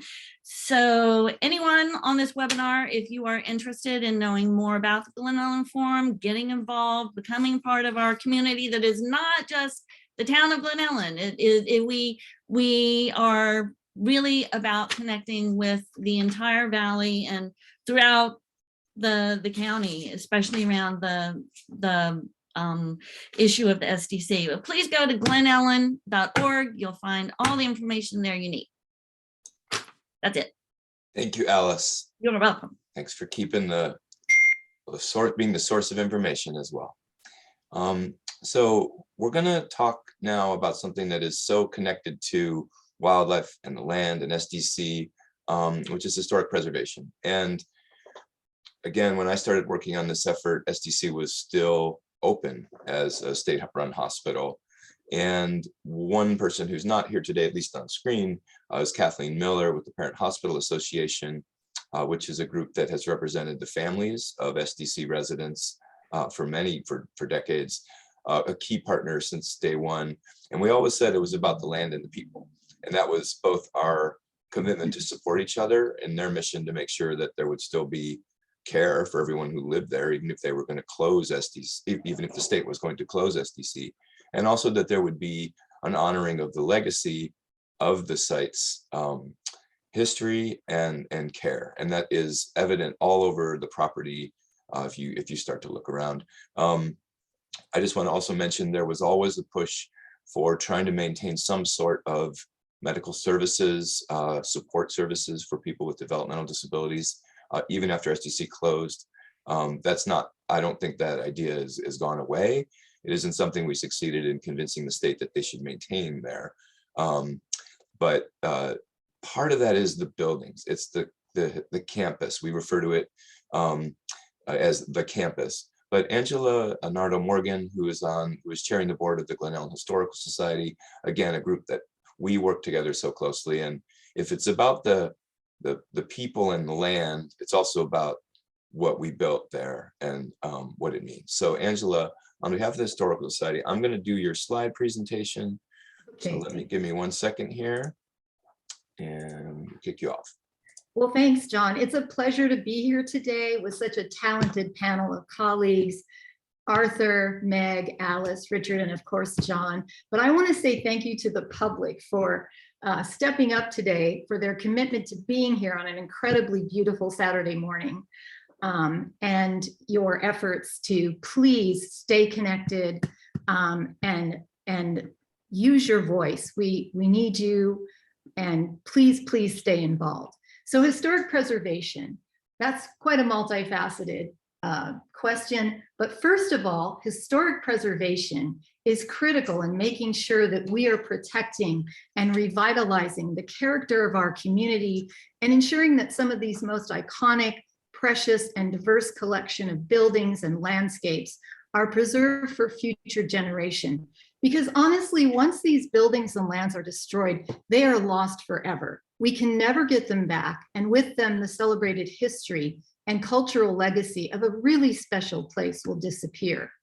Can we have the next slide? The Glen Ellen Historical Society recognizes this need for preserving the story and this 130-year legacy of California's first of its kind home for children with developmental disabilities. This is really the story of two communities that have coexisted for over a century, shaping society's understanding of care for the state's most vulnerable population. Let's all just step back and take a minute to think about the incredible historic significance of this place. Not only was it the driving economic force in the county for many years, but it was this amazing self-sustaining village. Next slide. Thousands of people lived here and generations of families stretching from grandfathers and mothers, sons and daughters to grandchildren were on the property. Most lived nearby, very few commuted. There was a small farm and dairy which daily fed the residents and staff. There was, as you know, Richard mentioned this, an incredible diversity of trees and plants on the ground, which still exists today. And Dr. Dawson, and I don't think he's related to you, Arthur, but he was one of the early administrators, and he was a friend of Luther Burbank. And we believe that Luther Burbank walked the grounds and probably experimented with hybridization of some of the species on the property, particularly the black oaks on the John Mesa Field on the east side. Well, this rich history cannot be forgotten or paved over. It's vitally important, not only for California, but for the world, to recognize this unique property and the contributions it's made to our valley with the establishment of an historic area and museum. The Glen Ellen Historical Society's vision includes the permanent preservation and management of specific buildings on the campus that sit within the boundaries of the historic district of SDC and can be transformed into a world-class research facility and archive, along with a museum, a library, and a visitor center that we envision as the gateway to Sonoma Mountain, linked and in partnership with the Historic Cemetery, Orchard, Open Space, Sonoma Land Trust, and Jack London State Park. Next slide. Over the past year, we've met with Supervisor Susan Gorin and Brian O. from Permit Sonoma, Senators McGuire and Dodd, Jack London Park Partners, Sonoma Land Trust, the Forum, and many others that have received, and we have received, outstanding support for the project. Both senators agreed that preservation of historic and cultural resources must be recognized. Supervisor Gorin and Brian O. asked us to tour the campus and consider what buildings might be appropriate to transform into a museum and visitor center. And we've done extensive research and consequently submitted a proposal, and you can find that on our website, glenellenhistoricalsociety.org. But this proposal is about more than just saving a series of buildings. It's a visionary model of a future that supports our heritage, our culture, natural resources, climate resiliency, and community engagement. I think we are all deeply concerned about a warming climate, yet we don't necessarily think about historic buildings as a solution to climate change, but we should. These buildings are a valuable existing resource, and when they're destroyed, the embodied carbon they contain is released into the atmosphere. Let's see the next slide. This embodied carbon, the embodied carbon of just one building includes all the emissions from the construction materials, from the beginning to the end of deconstructing it and disposing of it. When destroyed, a tremendous amount of carbon is released, adding to our carbon footprint in the atmosphere. We have done extensive research on retrofitting existing buildings, which suggests that adaptive reuse of these buildings is almost always the better choice for climate resiliency. And as we know, and everyone's mentioned in their past talks, we've experienced several years of fires, a pandemic, excessive heat, high winds, excessive drought, and flooding. And we need to start thinking seriously about building solutions that are effective in reducing our carbon footprint, helping us prepare for a future of fire safety, climate resiliency, and the sustainability of our valley. Historic preservation and climate sustainability are natural partners. Next slide. Saving and reusing older Hold on one buildings. sec. Angela, Sure. I'm not seeing my slides advance. Oh, okay. Are other people experiencing that as well? Okay, next slide. Do you have the slide you want? No, next slide. There we go. Oh, great. Oops, Sorry. maybe it's frozen. Should be the next slide. Well, this is our first technical glitch of the entire Okay, day. no worries, no worries. We don't, we're good. But, Okay. and you can see here, here's one of the older buildings, and saving these buildings is a demonstrated community investment strategy that creates jobs, it generates economic growth, and it keeps neighborhoods affordable. By facilitating smart growth and walkable communities, preservation promotes healthier lifestyles for everyone. By keeping the landmarks of our memory and identity, preservation also provides a sense of continuity that promotes emotional and mental health. We now know for a fact that the greenest building is the one that is already built, and that building reuse cuts energy and carbon costs and promotes climate resiliency. Keeping historic places alive, vibrant, and responsive to contemporary needs through continuous use and reuse is recognized as a way to achieve substantial ecological economic, health, and sociological benefits, and create more sustainable, equitable, and healthy communities. You know, it's well documented that well-preserved and revitalized historic districts give communities an economic boost. And it's clear from many sources that historical designations affect property values in a very positive way and are a financial boon to the community. In creating an historic district, museum, and visitor center, we envision the future site of this preservation area in Sonoma Valley to be a vibrant social and economic center for the town. The museum and accompanying district will be regarded as a significant historical destination and will express our belief that history is important, and knowing about the past can lead to a more meaningful future for our community and the lands that have been entrusted to us. The Glen Ellen Historical Society and the town of Glen Ellen hope that today is the beginning of a partnership with all of you where we can build a strong and dynamic bridge for the future. Stay connected. Thank you. Thank you so much, Angela. Okay, everyone, I want to thank you all so much for being part of this panel. We're going to move on to pretty much the next and last part of our agenda before Q&A.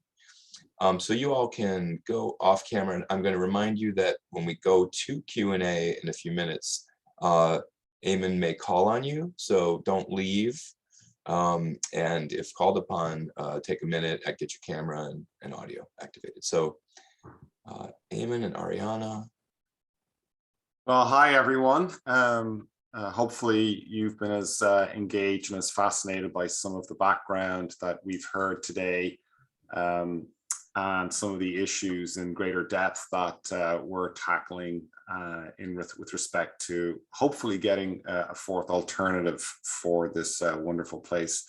I'd like to introduce Ariana Rickard, who is our newly minted manager for Policy and Public Affairs, and she will walk us through some of the key elements of engaging effectively with your elected officials. One of the things that we want to make sure everybody's clear about is that not only the Sonoma Land Trust, but also some of the municipal advisory groups, as you've heard, and other interested stakeholders are sending extremely detailed letters and briefings concerning many of the issues in depth that are concerning everyone with respect to the planning at SDC. However, since this is about the power of the voting public, one of the strongest tools we know is to pick up the phone and call your supervisor. So before we get into some of those specifics, I'm going to turn it over to Ariana and have her walk you through some of the best practices that you can use to connect with your elected officials.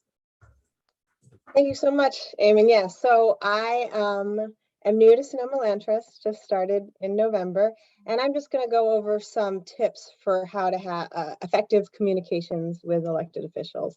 So first off, I imagine many of you joining us today are veteran community advocates, so apologies if you know all this. We just wanted to make sure that people who might be new to advocacy have a good sense of how best to make the case for what you want your officials to do. So first, what does it mean to be an effective advocate? Essentially, advocates use their voices and help others to use their voices to influence necessary change. Anyone joining us today can be an effective advocate. So you have to remember, you are your lawmaker's boss. Use that influence. You don't need to feel like you're an issue expert or you're a professional lobbyist. All you need to do is remember, it's just about communicating and educating someone on the things you care about and keep focused on why you are there. Remember, the politicians, they work for us, they work for you. And though it might seem like your opinions are not front and center, they are always preparing for their next election. Lawmakers are more likely to act when they know their constituents care. So what we're going to be doing is we're going to be asking you to communicate at this point with the county supervisors about the Sonoma Developmental Center plans, and your communication, whether it be a phone call, a letter, an email, should accomplish both short-term and long-term goals. So generally, when you're doing these communications, these short-term goals include persuading your decision maker to vote on the pro-environmental side of an issue or co-sponsor a bill, etc. And long-term goals include developing a relationship with your elected officials and their staff and educating them on larger issues. And remember, stick with it. It's a fact of life in public policy that things take time. Effective advocates apply endless pressure endlessly. So now I'm just going to share 9 tips that are keys to successful communication with your decision makers. Number 1, invert the standard order for reporting.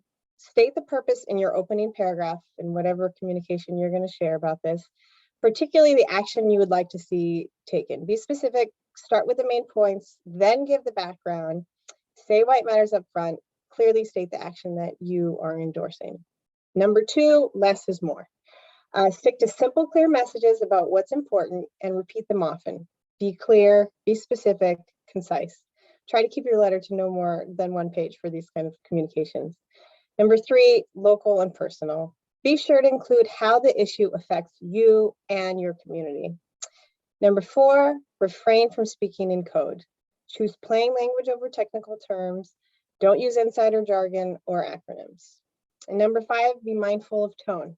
Always be courteous, polite, positive, professional. Keep your message focused on positive results and mutual benefits. Make it hopeful and use positive messaging. Polite persistence pays off. Number 6, observe titles. Address your lawmakers appropriately. Write "Dear Supervisors" in whatever communication you're going to use. Number 7, thank you. End with a thank you. Remember to thank legislators regularly and publicly for their work, support, votes, etc. Never discount the importance of a sincere thank you. And number 8, do your research. Learn more about your lawmakers' background, what makes them tick, their voting record, and what groups and individuals have contributed to their campaign, so you can see what influences they are paying attention to. And number 9, if you are going to attend the January 25th meeting or do any sort of public comments, so any public comments at hearings or other meetings, make sure you have your statement prepared and be mindful of the speaking time limit. So what we're going to do after, Eamon is going to go over some of the talking points that we want you to use. So what we want you to do is, if you're ready to use the messaging, I'm going to put this in the chat so hopefully everyone can see it. We want you to go to the website for the specific plan that the county has set up, and we want you to use that contact button and share your comments. So you can do that this afternoon or anytime leading up to the hearing on the 25th. And finally, we want you to encourage others to advocate. We want you to find others in your community to join you in delivering your message. Keep in regular communication with your fellow advocates that you identify so they feel connected with your cause and ready to act. Make sure your family and friends are aware of the developmental plans for SDC and encourage them to get involved. The more people that we have involved in our efforts, and it's great to see, we have 200 participants today, the more people involved, the better our chances of creating a plan for SDC that will preserve the natural resources while providing affordable housing. And now that we all are prepared to be effective advocates, ready to make your voice heard on SDC, remember that each of us has the power to initiate impactful change in our communities and the world around us. It just takes passion, commitment, and a little knowledge. And now I'm going to turn it back over to Eamon to cover the specific talking points we want to convey to the county on SDC. Thank you, Ariana. So I think, as you've heard from the panelists and the experts from the beginning of this webinar, we're seeking from the environmental perspective 2 crucial outcomes.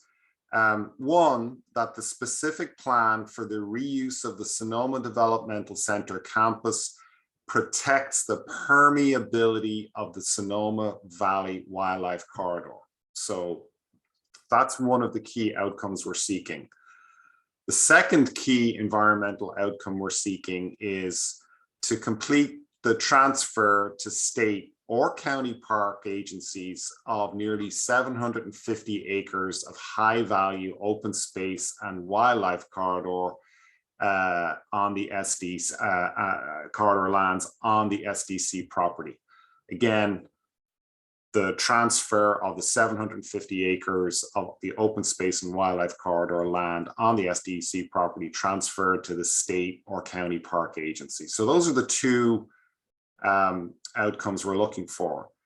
So to accomplish that, our first priority, given where we're at under the current planning process, our first priority is to ask the Board of Supervisors by the 25th and at the 25th Board of Supervisors meeting to A, require a fourth alternative, because I think it's pretty clear that there is no support across the board for any of the three alternatives that have been proposed. So ask the county to require a fourth alternative. B, to request a reset of the planning schedule as defined in the agreement from the Department of General Services. So we've been throwing around this term, the state, and we should recognize the fact that it's really just one arm of the state that is in charge of the transfer of this property, and that's the Department of General Services. The rest of the state, and certainly all of the natural resource agencies, would be very much in agreement with the statements we've made about the value of this corridor and its importance, certainly for the state's other very significant priority in overall, which is the 30 by 30 initiative. So given the problems that the county has faced over the past few years with catastrophic wildfires, with the pandemic, we think it's not unreasonable for the supervisors to go back to the state and ask for a reset of that schedule. So in your communications, whether by phone, email, or letter, that is a key point we need to make. If we get enough breathing room to develop a thoughtful and inclusive fourth alternative, then we are in a position to be able to see most, if not all, of the values we want to see the SDC encompass in its development. We have a chance to see that happen. There is unequivocal consensus, I think, certainly not 100% agreement, but certainly consensus across various community stakeholders from what I think we've all seen, that the built portion of the campus should be redeveloped appropriately for equitable and inclusive affordable housing, among other things, including disabled services and other things. The challenge, and this has come up in the questions, the challenge for the state and the next big issue, which will happen, I think, which will be, I think, the next big thing that we have to tackle, is that the housing density that would need to happen in order to recompense a developer, in order to allow a developer to make a profit, those housing densities are based on the requirement that the developer foot the costs of all of the cleanup resulting from, the lack of investment that has been put into the campus over the last 30 or 40 years.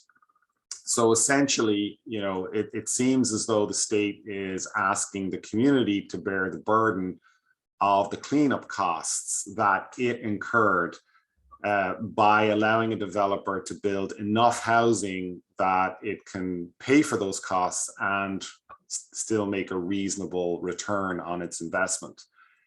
Now, the challenge the question we raise is, first of all, that's in anyone's language, not fair. And secondly, that in this particular fiscal year, the state is in a significant surplus, some of the highest surplus it's had both this year and the coming fiscal year. So the state actually has the resources to come back to the table to renegotiate those cleanup costs. And that changes the equation about how much housing and frankly, how much affordable housing might be possible to include there. I know a number of the folks, again, looking at the Q&A, have raised the question about a different model, a Presidio trust type model or housing trust type model. Again, all of that could be fleshed out in a fourth alternative proposal. So to end on these notes, you know, I think what's clear is that the concerns about the wildlife corridor go far beyond the typical open space and recreation questions, but recognizes that the SDC is at a pinch point for the Blue Ridge Wildlife Corridor, which is a regionally important corridor for the entire ecological health of Sonoma Valley and its residents. And this natural infrastructure is not simply an amenity, something we can live without or something that's just a nice to have, but it's vital for water and air, clean water, forest health, fire safety, and a whole raft of community benefits and services in the area. And frankly, protecting it is you know, the first priority of being able to address everything else that we would like to see in this campus. So we'll stop the sort of the more formal presentation piece there, and we will now transition to the Q&A. And please bear with me as I try to look at these questions and make sure that I call upon the right people to answer the question. All the panelists from both groups, but just come on camera, stay on mute, please. But might help Eamon be able to see some faces there. Great. Okay, so turning to the questions, and again, we're trying to kind of pick out questions that represent similar themes, but one of the consistent questions that keeps coming up is what is happening on January 25th with the Board of Supervisors? Why is that so important and so urgent? So John, I'll start with you, given your knowledge of the Board of Supervisors, and we'll go from there. Thanks, Eamon. And I think I'll actually have Tamara address part of that in a minute here. But you know, for those of you who've been following SDC over the years, there have been key decision points where the board has had to make various investments, staffing decisions, agreements with the state. Please remember, this is property owned by the state of California. So in many ways, they have site control. The county has zoning authority and land use authority that Tamara laid out. And so for one thing, the board hasn't heard anything about SDC in a long time. There hasn't been a board hearing that I can remember. Anybody else shake your head? It's been a long time. There've been some, I'm sure, staff briefings, but in terms of a public meeting with the full board, you know, our supervisor, Susan Gorin, works on this on a daily basis. But as we've started to talk to other supervisors and their staff, there's a lot of updating that needs to happen. Very much a gut check and look at the schedule that was agreed to, a year and a half lost to COVID. So again, it's the first time the board will have heard anything about SDC publicly, but I guess more urgently and in terms of the agenda item that will be before them is exactly what Tamara was laying out, which is they are going to potentially adopt a project description and preferred alternative presented to them by Permit Sonoma and the consultants, which will kick off the California Environmental Quality Act and actual planning process. What they've been doing, of course, to date is part of that, but this has a more formal public comment. So Tamara, maybe you could take it from there. Yes, and I think what's going to happen is that based on rumors and mumblings we've heard, and all of you who've been participating have heard, it sounds like the message that these three alternatives are sort of dead on arrival has gotten through to Permit Sonoma. And so I think what we can expect to happen is there will be a staff report put out by Permit Sonoma that will probably come out 5 or 6 days before the 25th, and it will have a new proposal for a different alternative for the board to bless and to adopt. Now, I suppose it's possible they'd recommend a delay, but I doubt that's going to be the case. I think they're going to put together some other alternative. And so I still think the message is that no, don't adopt, because somehow I suspect that alternative that's put forward by Permit Sonoma will not be what we all here would like to see. And so the message is going to have to be to the board that no, do not take action on this proposed alternative, even though it's different than the three we all hate. Please, delay this action. There's nothing in the legislation. There's nothing in any of the agreements with the county that I have seen that dictate this January 25th date. This is an arbitrary date chosen by the county for making this action to keep them on track for moving forward with approvals by the end of the year. So I think, as Eamon has discussed, that the message and is in the excellent letter put together by the MAC. We need to delay this. We do not have the information we need to move forward with any given alternative, and to rush to designate an alternative which will dictate every step of the way from here. It's too early and we're not ready. So that is the message that needs to go to the board. Does that answer the question, John? Eamon? So thank you so much. Yes, thank you, Tamara. And I think one of the questions that came up, and it's both a question and a statement, but I think it's an important point of clarification. So as I said before, the State Department that is dealing with the disposition of the Sonoma Developmental Center is the Department of General Services, which is different from the County General Services. So I think somebody made the point that CGS can't shift their parameters of operation, and yes, that's true.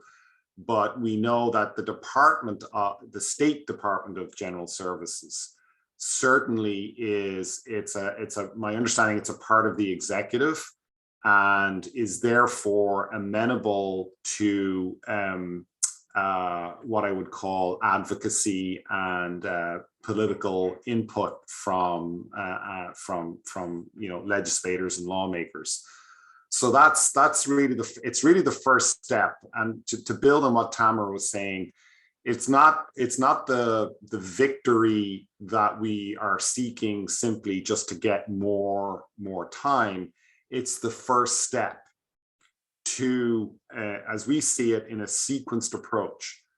If we don't have the county, meaning the representatives of the county, the supervisors, organized around delivering the message from us as a community, then it's going to be more difficult to engage our state representatives and the governor's office. So that's why it's critically important to really connect with the Board of Supervisors, make sure that they are in full support of the community's wishes to see more time for a fourth alternative. So so that's really what we're seeking there. It's just it's something that came up on a clarification I wanted to make between County General Services and the Department of General Services, which is a state body. And as I say, the rest of the state's department, certainly the Natural Resources Agency, would be if not officially, then privately aghast at any attempt to damage this very vital piece of natural infrastructure. a little bit, I think that might be helpful. We've avoided sort of the CEQA sort of battle discussion, and I don't think we want to spend a whole lot of time here, but the question has come up, you know, if, you know, and however unlikely this is, the Board of Supervisors does not choose to take county input on this. Some folks are asking, you know, what are the legal mechanisms after that if the county continues to move forward with this planning process? So I'll turn that over to John and Tamara again. Thanks, Eamon. I think the most important thing, and like Tamara, in my practice, I've done a lot of work in this area in different communities around California. The most important thing is learning how to ask the right questions and to use CEQA. CEQA, I'm sorry, I'm using the acronym. The California Environmental Quality Act is meant to generate information. It is a procedural law. It would be wonderful if in 1971 or 2, when it was passed, it said, if you have to make a choice between the environment and economic gains, you know, the environment wins. But that's not what the law does. It creates a way to generate information, to lessen environmental impacts, to avoid them, maybe to make good decisions, hopefully. So skipping ahead to what if we hate whatever it is that the county has come forward with, and it just keeps moving forward. It's about the first step, which is how to write a comment letter, how to participate in this review process as a community and as an individual. So as Tamara mentioned, when the environmental review process kicks off, we'll do this again, and we'll talk about that in more detail. But the other thing about the Environmental Quality Act is that there are various points along the way when, if things are, I'm going to ask you, Tamara, to talk about things go wrong. We're very much focused right now on the public comment process and using that successfully. I believe it can be done. You don't have to sue somebody. You can win through public comment and turning the course of a project around. So yeah, what happens? Where are the vulnerable points along the way? And yeah, I mean, I think that, I know there's been a question raised in chat. Well, if the Board of Supervisors refuses to grant the extension and consider an alternative that we want them to consider, what do we do next? And I think that's what we're all looking at. And unfortunately, we won't have there's no good lawsuit you can file because the county decides to move forward with a project that you don't agree on. So we won't have any legal avenue then. But CEQA is a very powerful tool from a legal perspective because, well, it is an informational document. There are lots of legal requirements regarding the analysis of a project's impacts and its duty to mitigate those impacts. And so the public and experts can have input on the legal failings of the document that come out and can ultimately bring a legal challenge. You know, I agree with John completely that in the ideal world, you know, a jurisdiction hears all of our comments and concerns, and as a result changes the project or introduces, mitigation that makes it so we can live with the project. But if that doesn't happen, then we still always have the opportunity to bring a legal challenge against the project approvals, arguing that they do not, that the environmental impact report that was certified for these approvals does not comply with the California Environmental Quality Act. And I have been involved in a number of lawsuits and pieces of litigation. And, if you get what you want, you get a new EIR, but that's often not what you really want. What you really want is a different kind of project. And you often can get that because it sends a very clear message to the electeds that the public and the community does not agree with what their elected representatives are doing. And it would be a message to the state as well to hopefully throughout, using the lawsuit as leverage to be able to advocate for a result that is acceptable to the community. That's not somewhere we want to go. This is really a last resort. I mean, what we all want is we want the county to do the right thing in the first instance and to really consider and take the time to come up with an alternative that the community supports, and then do the environmental analysis of that. But we do have that opportunity, and we will certainly be commenting on any EIR, and what we say about that will likely depend on what the project is that is being analyzed, and the quality of analysis is done, and the quality of the mitigation measures that are proposed and ultimately adopted. I couldn't agree more, Tamara, because I think, you know, those of us who are familiar with CEQA processes and CEQA lawsuits, you know, the reality of that is that they would drag on for a very, very, very long time and would delay the implementation and the direction of resources that this place really needs from us. And I don't think anybody wants to go down that road unless, you know, unless there's absolutely no other alternative. One of the clarifications I'd also like to put out there for folks is, should we be writing to the Board of Supervisors, or should we be writing to PRMD, in other words, Permit Sonoma? Please write to your elected officials, the Board of Supervisors, the folks who are the departmental bosses, as it were.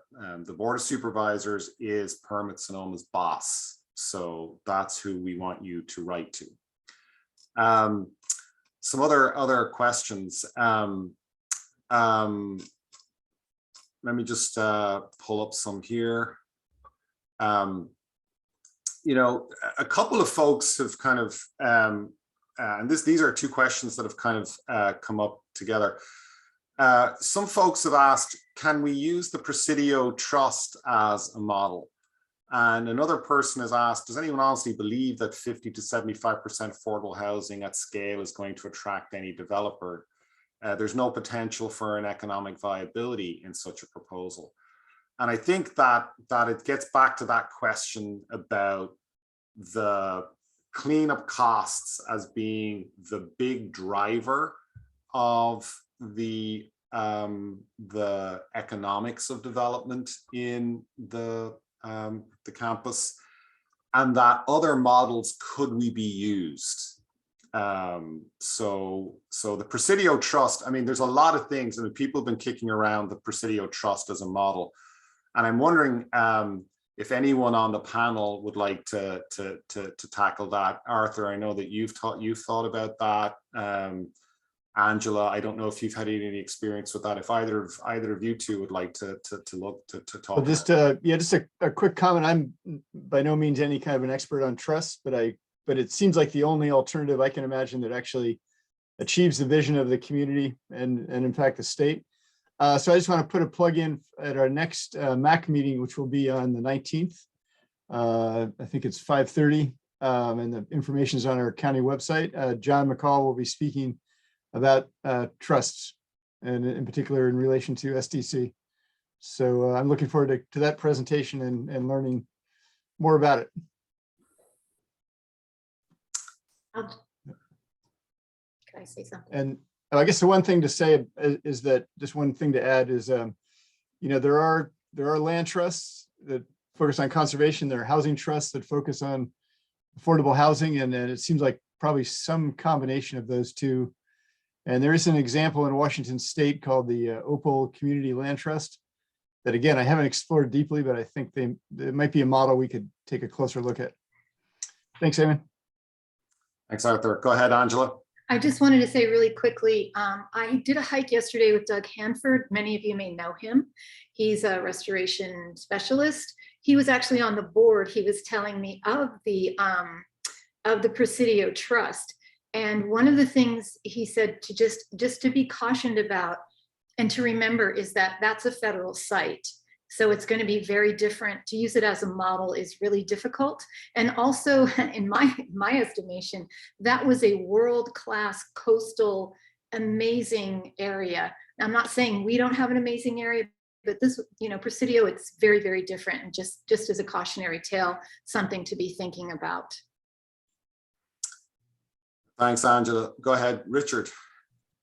Just to piggyback on what Angela was saying, and I think, John, you may have been there for part of the discussion, met a few years ago with Greg Middleton, who was the executive director of the Presidio Trust, and also a sometimes resident in the area, Toby Rosenblatt, who was one of the architects of the Presidio Trust. And the information we got from them was, yes, they are very different circumstances, partly federal, as Angela was alluding to, and partly because they had a champion in someone like Nancy Pelosi, who was there very vocally bringing resources and opportunities together to make it happen. I think in what little I gleaned from all that, there is an opportunity to do something like a trust here, but it would need to be different. And it would probably be something where there was a lot of community resources that would have to be brought together along with some kind of an agency. And maybe Tamara or John or somebody has more to add to that. Could anyone speak to the Joint Powers Authority that was mentioned by the county 3 years ago? If that's relevant to this. So we've been using the word trust, which essentially is a corporate structure. So when, and for anyone in the attendance, the participants today, there's a study that the Land Trust commissioned by the Potrero Group, which looked at all of these different models of governance and ownership.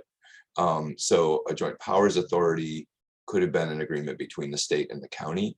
The state could create a private corporation, a nonprofit. It's a business structure at most importantly that could be flexible based on need. But the key piece, and this is from the Potrero study, is that some government entity, I don't think there's been an example once where it was all private dollars or private, effort. It was that some government entity, whether local or bigger, it played a role in the formation and management of that trust or authority. Those are examples from all over the country. A question that came up for us, and I think is an interesting one. The question is, I suspect the county has spent a large portion of its planning money that it received from the state. So I bet they'll say they don't have the money to do a fourth alternative. I don't think that's true. I think they actually are under budget. COVID, took 18 months off the process, and my understanding is that that's not the case. Yeah, the county was given $3.5 million that they have in a bank account right now to go forward with this planning process. And I think it would have been really hard for them. That's a lot of money. It's going to be an expensive process, but that's a lot of money. I also wanted to just address, other sort of trust opportunities, which is, at least for the affordable housing component, I can see a vision where we have a community trust or a community housing trust that takes on that piece and it's a whole different sort of system for affordable housing, but I think it could work really well on this location. And I know John's done some looking at, community trusts and the structure of that and how that might be used here.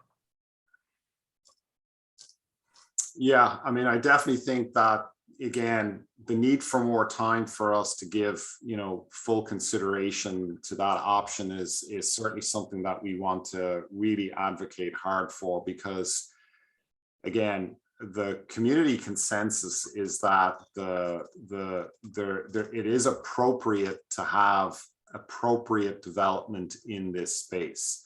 This is not a typical, to use that ugly word, NIMBY approach of don't do anything, don't change anything.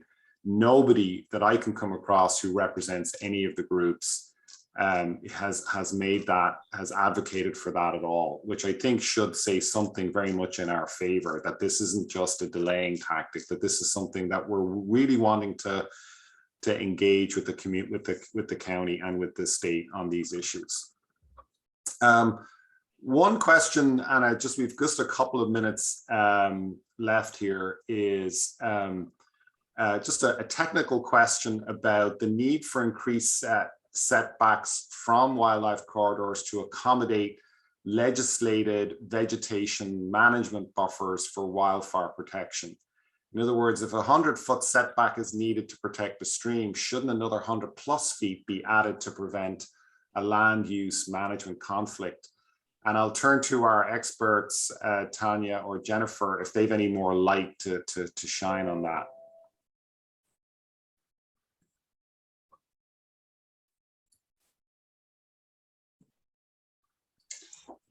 Unfortunately, that's not really an area of my expertise. I mean, I understand the, state and county setback requirements, but I don't know that I mean, I have not been engaged with fire management at that level, so I would not be an expert in that arena to make right there comment on that right now. So I'm right there with Jennifer as well. It's a very good question. I wish Tony Nelson was here. I think he'd be able to answer that. So maybe we could follow up with him, because it's definitely something we can look at as part of the setback recommendations.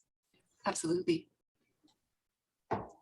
Well, great. I think we're getting close to the end of our time here. So I just want to offer the panel, if there's any other thoughts or comments or points that have been raised that they'd want to say a few more words on, now is the time. And I would just also add, Eamon, that there are presentations, of the presentations that were done today that were in PowerPoint format. We'll create PDFs and Word documents so people can go back and look at that. So there'll be follow-up for people who want to see more information, get more information. And oh, Meg, go ahead. Oh, right. I have been talking with a friend who's been working in community land trusts for 40 years and thinking about the fact that, I'm just going to put this out there, to do that, it's not quite time yet because we don't know what's happening, but it seems like it'll need a particular focus group of people to do it. And none of the people here are quite that person. So I just want to put it out to the community that if that's really interesting to you, we're going to somehow need to get some folks to pursue it and do it. Good observation, Meg. So then just to close our event today, I just want to, first of all, thank everybody, our translator, especially for her hard work, making sure that others are included. Thank you to Tamara, to Tanya and Jennifer as our resident experts, and to our panelists, Meg, Arthur, Angela, and Richard, for taking their time out of a busy Saturday morning to share with us today, and to thank you all for your continued support and interest of the work that we are collectively engaged in. This talk will be available. It's been recorded. It'll be available in both Spanish and English. And we will be putting any of the questions that are up here into the Transform SDC website, along with talking points for you to include in your letters and phone calls. And please go to that. Probably give us a little time to eat some lunch and to take a breath, but probably by Monday we'll have it in place. So thank you all. Have a wonderful day. Please get outside now and enjoy some of that nature we've all been talking about.